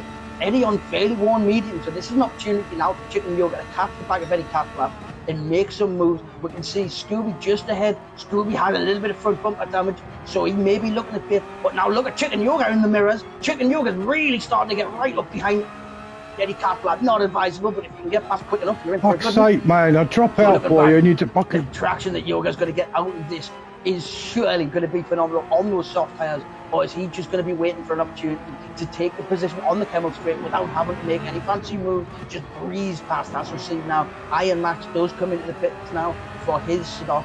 He will come out well ahead of Mia Skinner. Already cost me my sprint race, me. I don't fucking try and cross me well. this one. But Eddie Catlap, we will stay on board with now. As you can see, Chicken Yoga 4/10 behind as they come up through Eau Rouge in Radion. Eddie Catlap taking a good line through there, never lifting once. And he's just going to keep this in fifth and just let that engine squeal all the way like a cat in a bag. Plenty gap, and he's managed to actually pull out a little bit of a gap between himself and Chicken Yoga, despite the tyre difference. Very well played, Eddie Catlap. 26 seconds between himself and Damo ahead of him. Damo's doing well. He's on the medium tyres now. He's got a fastest lap with 2:23, which is an excellent time. 26 seconds ahead of Eddie Catlap, 13 seconds adrift of Old Man Stu. So 9th place for Damo at the minute. Still running well, doing very strong. 10 laps left to go in this race. And now, as we go forward, oh, look at this. Out lap, Chaos Druid right in front now. Old Man Stu, bumper to bumper. Old Man Stu, fairly fresh tyres, right up behind. As we see, Chaos Druid tyres are quite worn, and that petrol light looks like it's flashing, but we've got Old Man Stu sitting right in the slipstream. So as they come up to the bus stop chicane, the final, oh, Chaos Druid's gone deep, and that means, and he's staying out for another lap. Chaos is staying out, but it means Old Man Stu now up to 7th position, with me high in the pits. So Capitan Jinx goes up to 5th. But you can see Apache just come out ahead there. So Apache now 4th place, 29 seconds behind Mia Skinner. Apache's come out on the medium tyres, so that will be his last stop of the race. Capitan Jinx on the hard tyres. He could be looking to extend this all the way to the end of the race. And he is right up. Oh, he's trying to get a half a second for that, I think. But he's now right in the slipstream of Apache as well. So Apache is not going to be plain sailing from him all the way. Now, old man Stu, nearly a second and a half gap between himself and Chaos Druid now. So now he comes onto the Kemmel Straight. He's got fresh tyres. He's refueled. He doesn't have to stop again. This is just a heads down moment for old man Stu to see how many places he can snag come the end of this race. His fastest lap is only 4/10 slower than the fastest of the whole race overall. Capitan Jinx 7 seconds ahead of him, but like I said, that gap could come down because he's half a second behind Apache, and Apache's going to be wanting to make waves. Apache's going to be wanting to climb his way right back up to the bumper of Mia Skinner, who's 30 seconds ahead now, but Capitan Jinx is not just going to let him run away with it if he hasn't got to. But looking up at the front now as well, Iron Max Brenster. Brenster 7 seconds ahead of Iron Max. So that gap actually between the two come down a lot. So the pair of them, 26 seconds ahead of Mia Skinner, but only 7 seconds difference between the two. Both fresh tyres. Iron Max on the mediums, Brenster on the hard. We could be looking at a last lap showdown, depending on tyre weight and the way that these two drivers navigate the track and the back markers they're coming up to. We could be seeing in an absolute showdown come the end of the race, and Iron Max might have drawn himself back up to Brenster with his strategy, and if so, this would be a phenomenal achievement for Iron Max.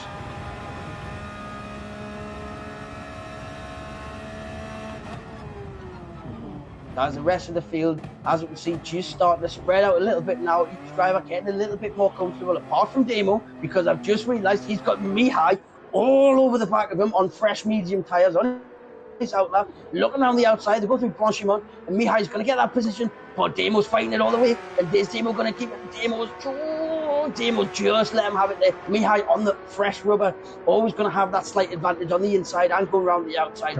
Great driving from Demo, just to not put up too much resistance and knowing that that'll later be fought later in the day. I'm last anyway, so as he comes round now, still in 9th position, doing very well, just behind now Chaos Druid in the pit, so that means Mia, Demo and Mihai are going to go through position, so that's Demo 8th position now for Demo. So Eddie Catflap now, the leader is right up on the tail of Eddie Catflap now, who'll be getting the blue flags. And when he sees blue flags, Eddie waves brown flags. So as you see, look, this is it. Brenster just making the most of this slipstream, getting every single metre of it as he can, holding his nose the whole way, it must be said. As they come around Blanchimont, as they're coming in, then we're just going to see now with these blue flags, Eddie's just going to come around here, make it nice and easy, and then we'll find that Brenster will just pull away onto this final part, onto the straight. Lovely, great driving there from Eddie Catflap, not wasting any of his own time, allowing the faster drivers through, but no sooner is that being said than Iron Max behind now as well, so he's going to be getting blue flags again shortly, but he's going to be able to use the slipstream of Brenster to try to get as much time for himself as he can and really use that all the way down the Kemmel Straight. As we see in the background of those two, Iron Max, and there he is. It's only 4.4 seconds is the gap now. Iron Max is already starting to close this gap on Brenster, and there's still 7 laps left. So Brenster really needs to get the back markers out of the way. He does have a large section of track now, which no back markers will be getting in his way, so he will have clean air all of the way. But that also means the only back marker in is Eddie Catflap for Iron Max, so that's not going to slow him down either. So it really is now a battle. It's a sprint to the finish that you wouldn't see when you first look at it. 7 laps, and he's already taken 3 seconds out of Brenster's time. What an unbelievable performance this is from Iron Max. And then Mia Skinner as well, 25 seconds ahead still of Apache. So that gap has come down a little bit, but not quite enough. Try to do maths in my head, doesn't work. It takes a certain amount of time in the pit lane, and however much that time is, Mia still has to make another pit. There's no way those medium tyres could possibly last another 7 laps the way that they are, but it's all about timing now, because the gap between the two is very close. So I think that Apache may get the jump on a pit stop as it stands right now, but then that means Mia Skinner will be coming out on the freshest of the fresh tyres. So if there's only a few seconds behind Apache when she comes out of the pit, it's not going to be impossible to close that gap up on the fresher tyres. Apache is on the mediums as it stands, and he is lapping very well.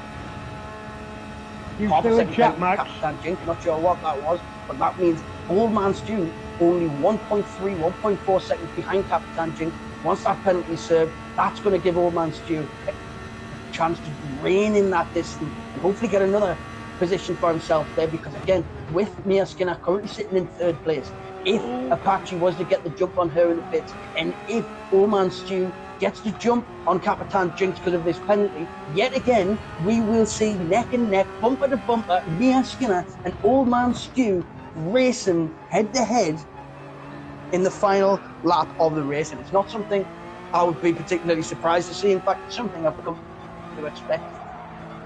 And it looks like that'll be the case, because Old Man Stew is half a second behind Capitan Jinx now. Capitan Jinx on worn hard tyres as well. So we'll see there Capitan Jinx just letting Old Man Stew through. No point slowing him down when he's on different strategy, when he's got a penalty to be served. But now that means, so now Mia Skinner's in the pits, and this is where it really counts. Because as Old Man Stew's coming round there, as he's coming round the long straight, round Blanchimont towards the final chicane, Mia Skinner is in the pits now, and Apache is now coming round the bus stop chicane. So this is going to be absolute touch and go, the way that these come out here. So as Apache goes through past the pit lane, that puts Apache up into third place. So Mia Skinner's now in the pit box. The tyres are getting changed. So where is it that you're going to come out in relation to Old Man Stew? So the tyres are down. So now, so Old Man Stew is going to come round the source. Old Man Stew is going to come round the source. Less than 10 seconds behind Mia Skinner, medium tyres. Mia Skinner's on the soft tyres, so she's got 7 laps on soft tyres. So the will start to degrade by the end of it, but that's 6 seconds between Old Man Stew and Mia Skinner as they now enter the 21st lap. As he comes through, now we're looking at Old Man Stew coming up over Rouge, over Radion, and he's less than 6 seconds now is the gap between himself and Mia Skinner. And this is really setting up to be an absolute thunderstorm of a finish. And then looking forward, now Iron Max is only 2.5 seconds behind Grandster, so Iron Max could potentially get this done before the end of the race. This could be an absolutely unbelievable performance. But then, so Mia Skinner now 5 seconds ahead of Old Man Stew, but Mia Skinner is only 5 seconds behind Apache, so that means in effect Old Man Stew is only 10 seconds off a podium position right now, and his tyres are looking good. Mia Skinner's on the fresh soft, Apache's on the medium, everyone's tyres are taking them to the end. And this is now just a shootout for the line, and it could be anywhere at the top. But now we're going to go on board with Iron Max on his chase of Grandster, who we can see just ahead as they go into La Source. Coming round, Iron Max now with the fastest lap time of the race with a 2:18.5. Unbelievable time, especially on medium tyres, as they come hurtling now down towards Eau Rouge. It's 1.3 seconds is the gap between Grandster and Iron Max, and what an unbelievable performance this has been, and still is. There's still 5 laps left. Oh my god, I'm gonna die. Calm down, guys.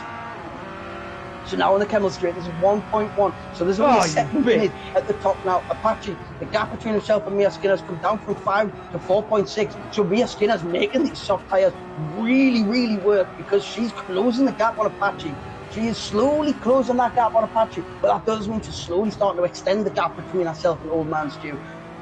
But Mia wants to be careful, because these soft tyres don't last forever. And if she starts wearing them out too early, in 3 or 4 laps time, Old Man Stew tyres are still going to be treating him well, and that's going to come in clutch. So Mia wants to be pushing, but not too much.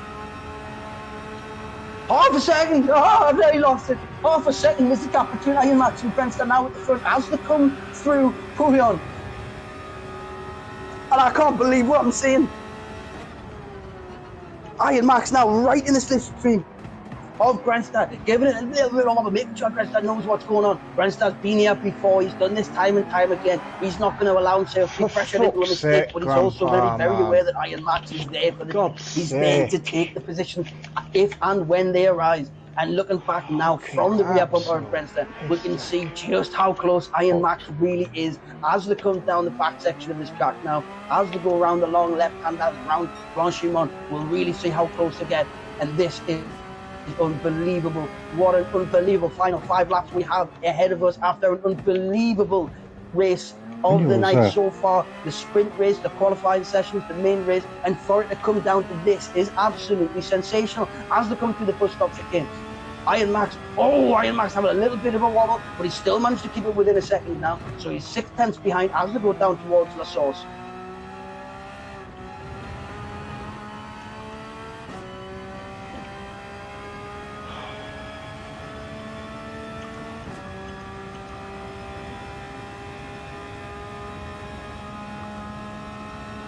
Wow.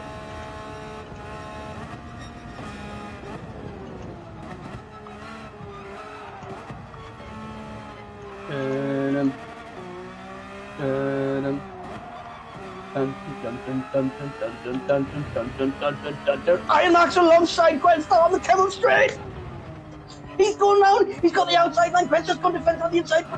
Iron Max is ahead, and he's breaking late, and he's got the position. Iron Max goes into the lead of the race. He's gone deep, but he's held it together well. But now Gwenstar's going to stick behind him as tight as he can through the cones. And as they come round, down towards the hairpin, Iron Max now has the lead of this race. He has got 2 tenths between himself and Gwenstar, and they now have 5 laps to battle it out. This is unbelievable. They've got no pressure from behind. 56 seconds is the gap to Apache. So they've just got each other to focus on, and they both almost go sideways around No Name as they go through there, pushing every single inch of the track to its absolute limits. What an unbelievable performance, and what a move that was from Iron Max. And now Gwenstar's just got to do what he can to sit in behind and not let this gap form, because he needs that slipstream as they come through these later sections in the track, especially coming towards the demo, because it's an easy way to lose a couple of tenths if you haven't got that slipstream. I'm glad the Scooby car. No. It's a fuel save. 5.5 seconds. Old Man Stew's had to fit again, but he's come out. He's come out on the soft, so it looks like Old Man Stew is going to be wanting to try to pick off a few positions if he can. He's got Capitan Jinx ahead of him, also on the soft tyres. Had a few more laps on them. We've got Mihai ahead of him, 2 and a bit seconds ahead of Capitan Jinx on the medium tyres as well. But we've got Mia Skinner still looking after those softs very well, and that 5-second gap is not getting any bigger between her and Apache. She's holding on to that very well. But Iron Max now 6 tenths ahead of Gwenstar, so coming in, there's still nothing between them as they come through the bus stop chicane, come through the final corner, ready to start the 24th lap of the race as they cross the start-finish line. It's Iron Max in first place, it's Gwenstar in second, and we have a battle on our hands, ladies and gentlemen. I don't even care anymore. Oh, but just coming out here, just coming out of the pit lane, we have Damo, and it's that Chaos Druid as well. So now Iron Max is in ahead, so he's getting through here clean, and it looks like actually... Yeah, but it's going to get reported, isn't it? Gwenstar's had to lift either. Damo moving across to the left, but Gwenstar wants as much of the slipstream as he can have, so Gwenstar's going to sit in behind as much as he can. And Damo's going to stay on that inside, and he's just going to allow them through. Great driving again, great awareness by Damo. So now Chaos Druid using that slipstream from Iron Max to pull him through. So now we're going to see... Blatantly was quicker. Damo sitting behind Gwenstar and trying to get pulled along, but Gwenstar's now going to be dealing with the dirty air of 2 cars in front of him. So as they come down towards the hairpin, he's going to sit in behind. Iron Max is going to be thanking his lucky stars, and he's going to be hoping that he can use this as a way of getting a little bit of an extra gap ahead, knowing that Gwenstar's now in the dirty air of Chaos Druid as Chaos Druid comes through. So now the blue flags are waving, so it's going to be a difficult place to let the fast coming into a fast corner like this, coming round. I don't even know if I can own that myself now. Now over a second behind Iron Max because of that, and it's nobody's fault. It was just very unfortunate that 2 cars came out of the pit lane as they both came round La Source.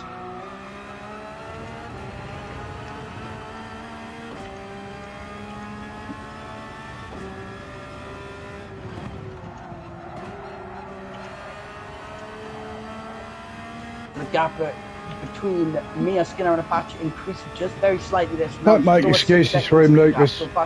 At the moment, looking fairly comfortable in third place. Don't want to curse him like a commentator all the way he does.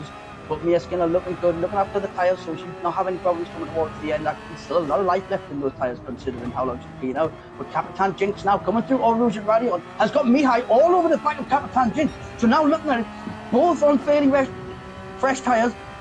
And then, Mihai's gone down the inside, and he's got Capitan Jinx at the outside. He's giving the space as they come in to Lescombe, as they come in, and then Mihai's got the position done. Is he going to make it stick? Yes, he plots his car perfectly on the apex there to keep that position. So now He has Mihai, but just behind Mihai, Capitan Jinx, but only half a second behind Capitan Jinx is Old Man Stew, and he can see the drivers in front side by side as Capitan Jinx cuts back across. Capitan Jinx has gone a little bit wide. Can Old Man Stew make this move down the inside down? He's on fresh soft tyres, and yes he can. He's right up behind Mihai now as the come through no name, but he still has Capitan Jinx on his inside, and he's not giving up this position at all, and they're squeezing each other. Mihai coming back across to the outside line to make the corner as wide as he can.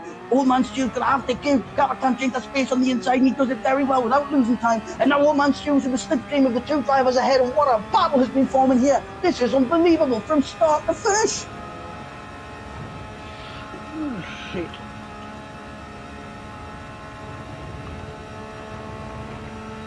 Oh, I thought I had a penalty then. Mihai going defensively on the inside. Capitan Jinx having to slam the brakes on there just to make sure that he left the space. Well, it looks like Old Man Stew's looking down the inside. No way! Old Man Stew's gone for that move on the inside. Capitan Jinx has had to move across. He's done unbelievably well to hold it together there, having to go wide. But now Old Man Stew side by side with Mihai. So Capitan Jinx is going to sit in behind, and he's just going to wait for an opportunity to strike here because he's on the soft tyres. Old Man Stew's tyres are also fresh, are also soft, but Mihai's on the medium. Mihai coming across now, defending the inside line. There is an absolute battle forming ahead, as we can see there. Old Man Stew going around the outside, the bust off chicane, and he's got the move done. He's held it together. Old Man Stew has gained 2 positions in half a lap. Old Man Stew now in the 5th place, 1 place behind Mia Skinner. You couldn't ride it, man. Tino's going to have an heart attack. Iron Max at the front, nearly 3 seconds of gap now, so Iron Max really showing a level of maturity there, just getting himself out of the lead. Now it's head down. He knows he's got 2 more laps after this one to get this race in the bag and to claim his first Ftwrc R victory in only his 2nd week. Unbelievable performance, and Grenster doing unbelievable as well, matching every step of the way, and it just come down right at the end there. That strategy call, and Iron Max really had that one worked out. What an unbelievable performance, but it's not over yet. There is still 2 laps of this race to go. And looking back now, Old Man Stew's managed to put a second to himself and Mihai and Capitan Jinx behind him, but now Mihai has to deal with Capitan Jinx, who's right in the mirrors. Now Capitan Jinx is on the softer tyre, but they are starting the way, so he's going to have to make as much as he can. He needs to get this move done as soon as he can, because any longer sitting behind Mihai, he's not going to have the advantage anymore, because Mihai's on the mediums and he's got more life in them. So even though there's 2 laps left, these soft tyres don't have a lot of life left in them, so Capitan Jinx needs to really make something happen here.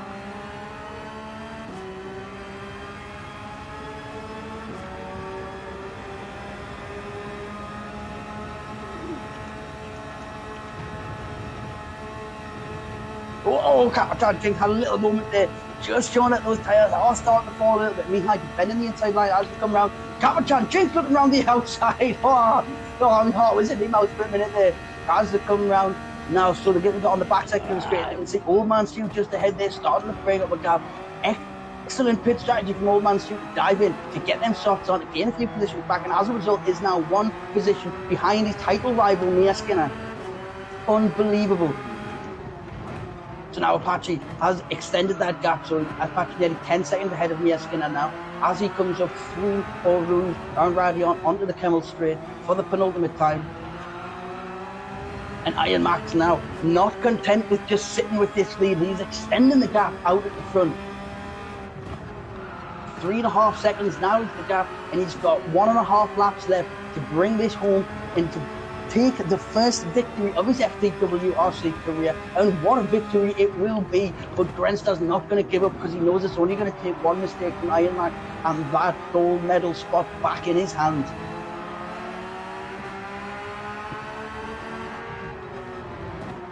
Eddie, I'm trying to unlap a little bit, mate, so if I come past... Mihai looking backwards as he goes onto the Kemmel Straight. You can see Capitan Jinx only half a second behind there, so Capitan Jinx really holding on to this position here, really wanting to get something out of it.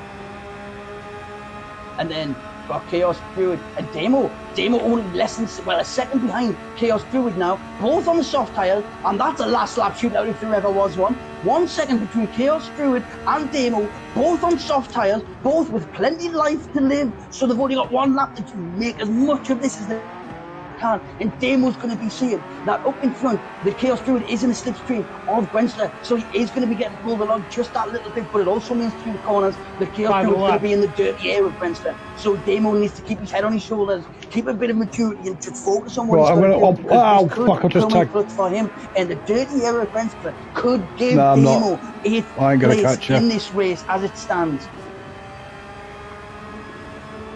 If I finished it last, I would have finished on the last fucking lap. Same lap as everybody else. In the lead, as he just goes round left arm there, is Iron Max on his final lap of the race, and he's used those tyres to perfection. There is only a few decent laps left in these tyres now, and he's got every single millimetre of rubber that he could out of these tyres. This is an unbelievable performance. But Grenster, you could say the same. He's put the right lining you up for a move, Eddie. Mia Skinner's having to come in the pits. I know. Mia Skinner's having to come in the pits. He's gone. He's gone. Of all man's due. That gap's going to disappear. Oh my word, that gap's going to disappear for the final lap. Old man Stu's now coming up towards the bus stop chicane. Old man Stu's coming towards the bus stop chicane. Mia Skinner hasn't entered the pit box yet. No way! As Old Man Stu crosses the start-finish line for his final lap of the race, Mia Skinner is only just having the tyres changed now, so Old Man Stu is about to round. So Mia Skinner now coming out of the pit, and you'll just see Old Man Stu just ahead of her. Old Man's just come out of the pit, and Old Man Stu's 2.5 seconds ahead of Mia Skinner on the final lap of the race. Oh my word! So we've got a 4-second gap at the front. So looking here, we've got Iron Max flying round Blanchimont, approaching the final chicane for the final time. As we can see, Grenster close up behind, only 4 seconds. But as he comes round, Iron Max comes across the line for the win to take his first FTWRC victory with the fastest lap as it stands. Congratulations, well done, Maxie, my little alien. Performance from him. Chaos Druid crossing the line after him, which means that Damo will keep the 9th position. A great finish from him. But now look, we've got Apache. There is a 37-second gap, but Old Man Stu 3 seconds ahead of Mia Skinner. But Old Man Stu's tyres aren't in the best shape. Mia Skinner's got the freshest soft tyres you can you're get. A knob. So this could be an absolute battle. No, I completely outbroke myself. I was just trying to unlock myself against you. No, was that Scooby just playing rabbit there, or was that you?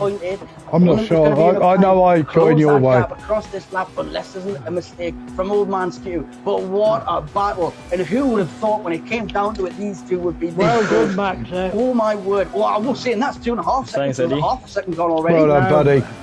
I knew you'd fit into this league, Max. That's why I told you to get him out. So Apache's not out of this. He's still up at the top of the leaderboard, still holding position. 3rd place for Apache. A good drive for him. But now, as we see, coming around Blanchimont, yes, it's 2.5 seconds is the gap. So as it stands, it looks like Old Man Stu's going to be taking 4th place, and Mia Skinner missing out on that spot by 2.5 seconds. If only those tyres had 1 lap more life left in them. Thanks, Lucas. Thanks for support as ever, mate. As it stands, coming around the bus stop chicane, taking 4th position in the race at Spa, crosses the line, and it's Old Man Stu, lights are flashing, we've seen it before, and then Mia Skinner weaving across the line, an excellent performance, followed by Mihai in 6th place, flashing the lights again, and as we see now, Capitan Ching approaching the final, flashing them lights. We love to see Capitan Ching, an ever-present competitor, just drifting his way around the final chicane to come home across the line in 7th place with not one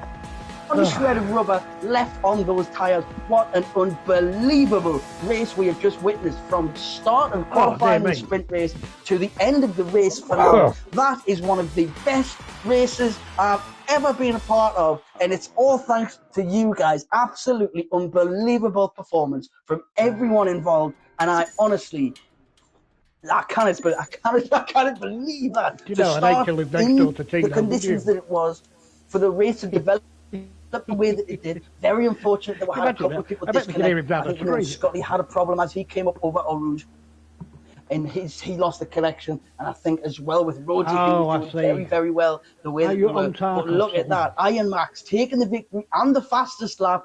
Unbelievable performance, and did it so well considering that Grenster had such a good performance as well. You see there's less than 5 seconds between them, but then there's nearly a minute down to the rest of the field. unbelievable performance. Apache again, in a world of his own, really. 50 seconds behind second place, 40 seconds ahead of fourth. Just had to bring that home. Another excellent performance all the way down the grid as well. Damo having an unbelievable race. Very good drive from him. Eddie Carflap not doing too badly considering he's Eddie Carflap. And then Scooby as well. Scooby a bit unfortunate with the spin and the damage, doing very well in qualifying. But overall, what an unbelievable night it has been. And I just want to thank everyone watching and everyone involved and everyone taking part in this race. And thank you very much, wherever you are. That's enough of Good that. morning, good afternoon, good night. Well, I don't And believe if I it's your got a mention, birthday, so bollocks happy to you. birthday. Just stick on that so I can't remember. Everybody gets a mention. Yeah, fuck this.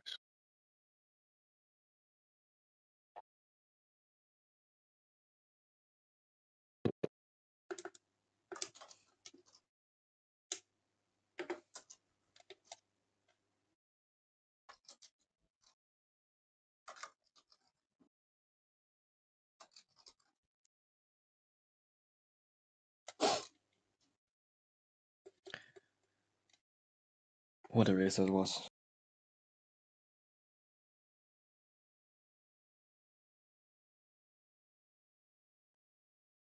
Well, now I'm no longer in their chat. It's just you and me.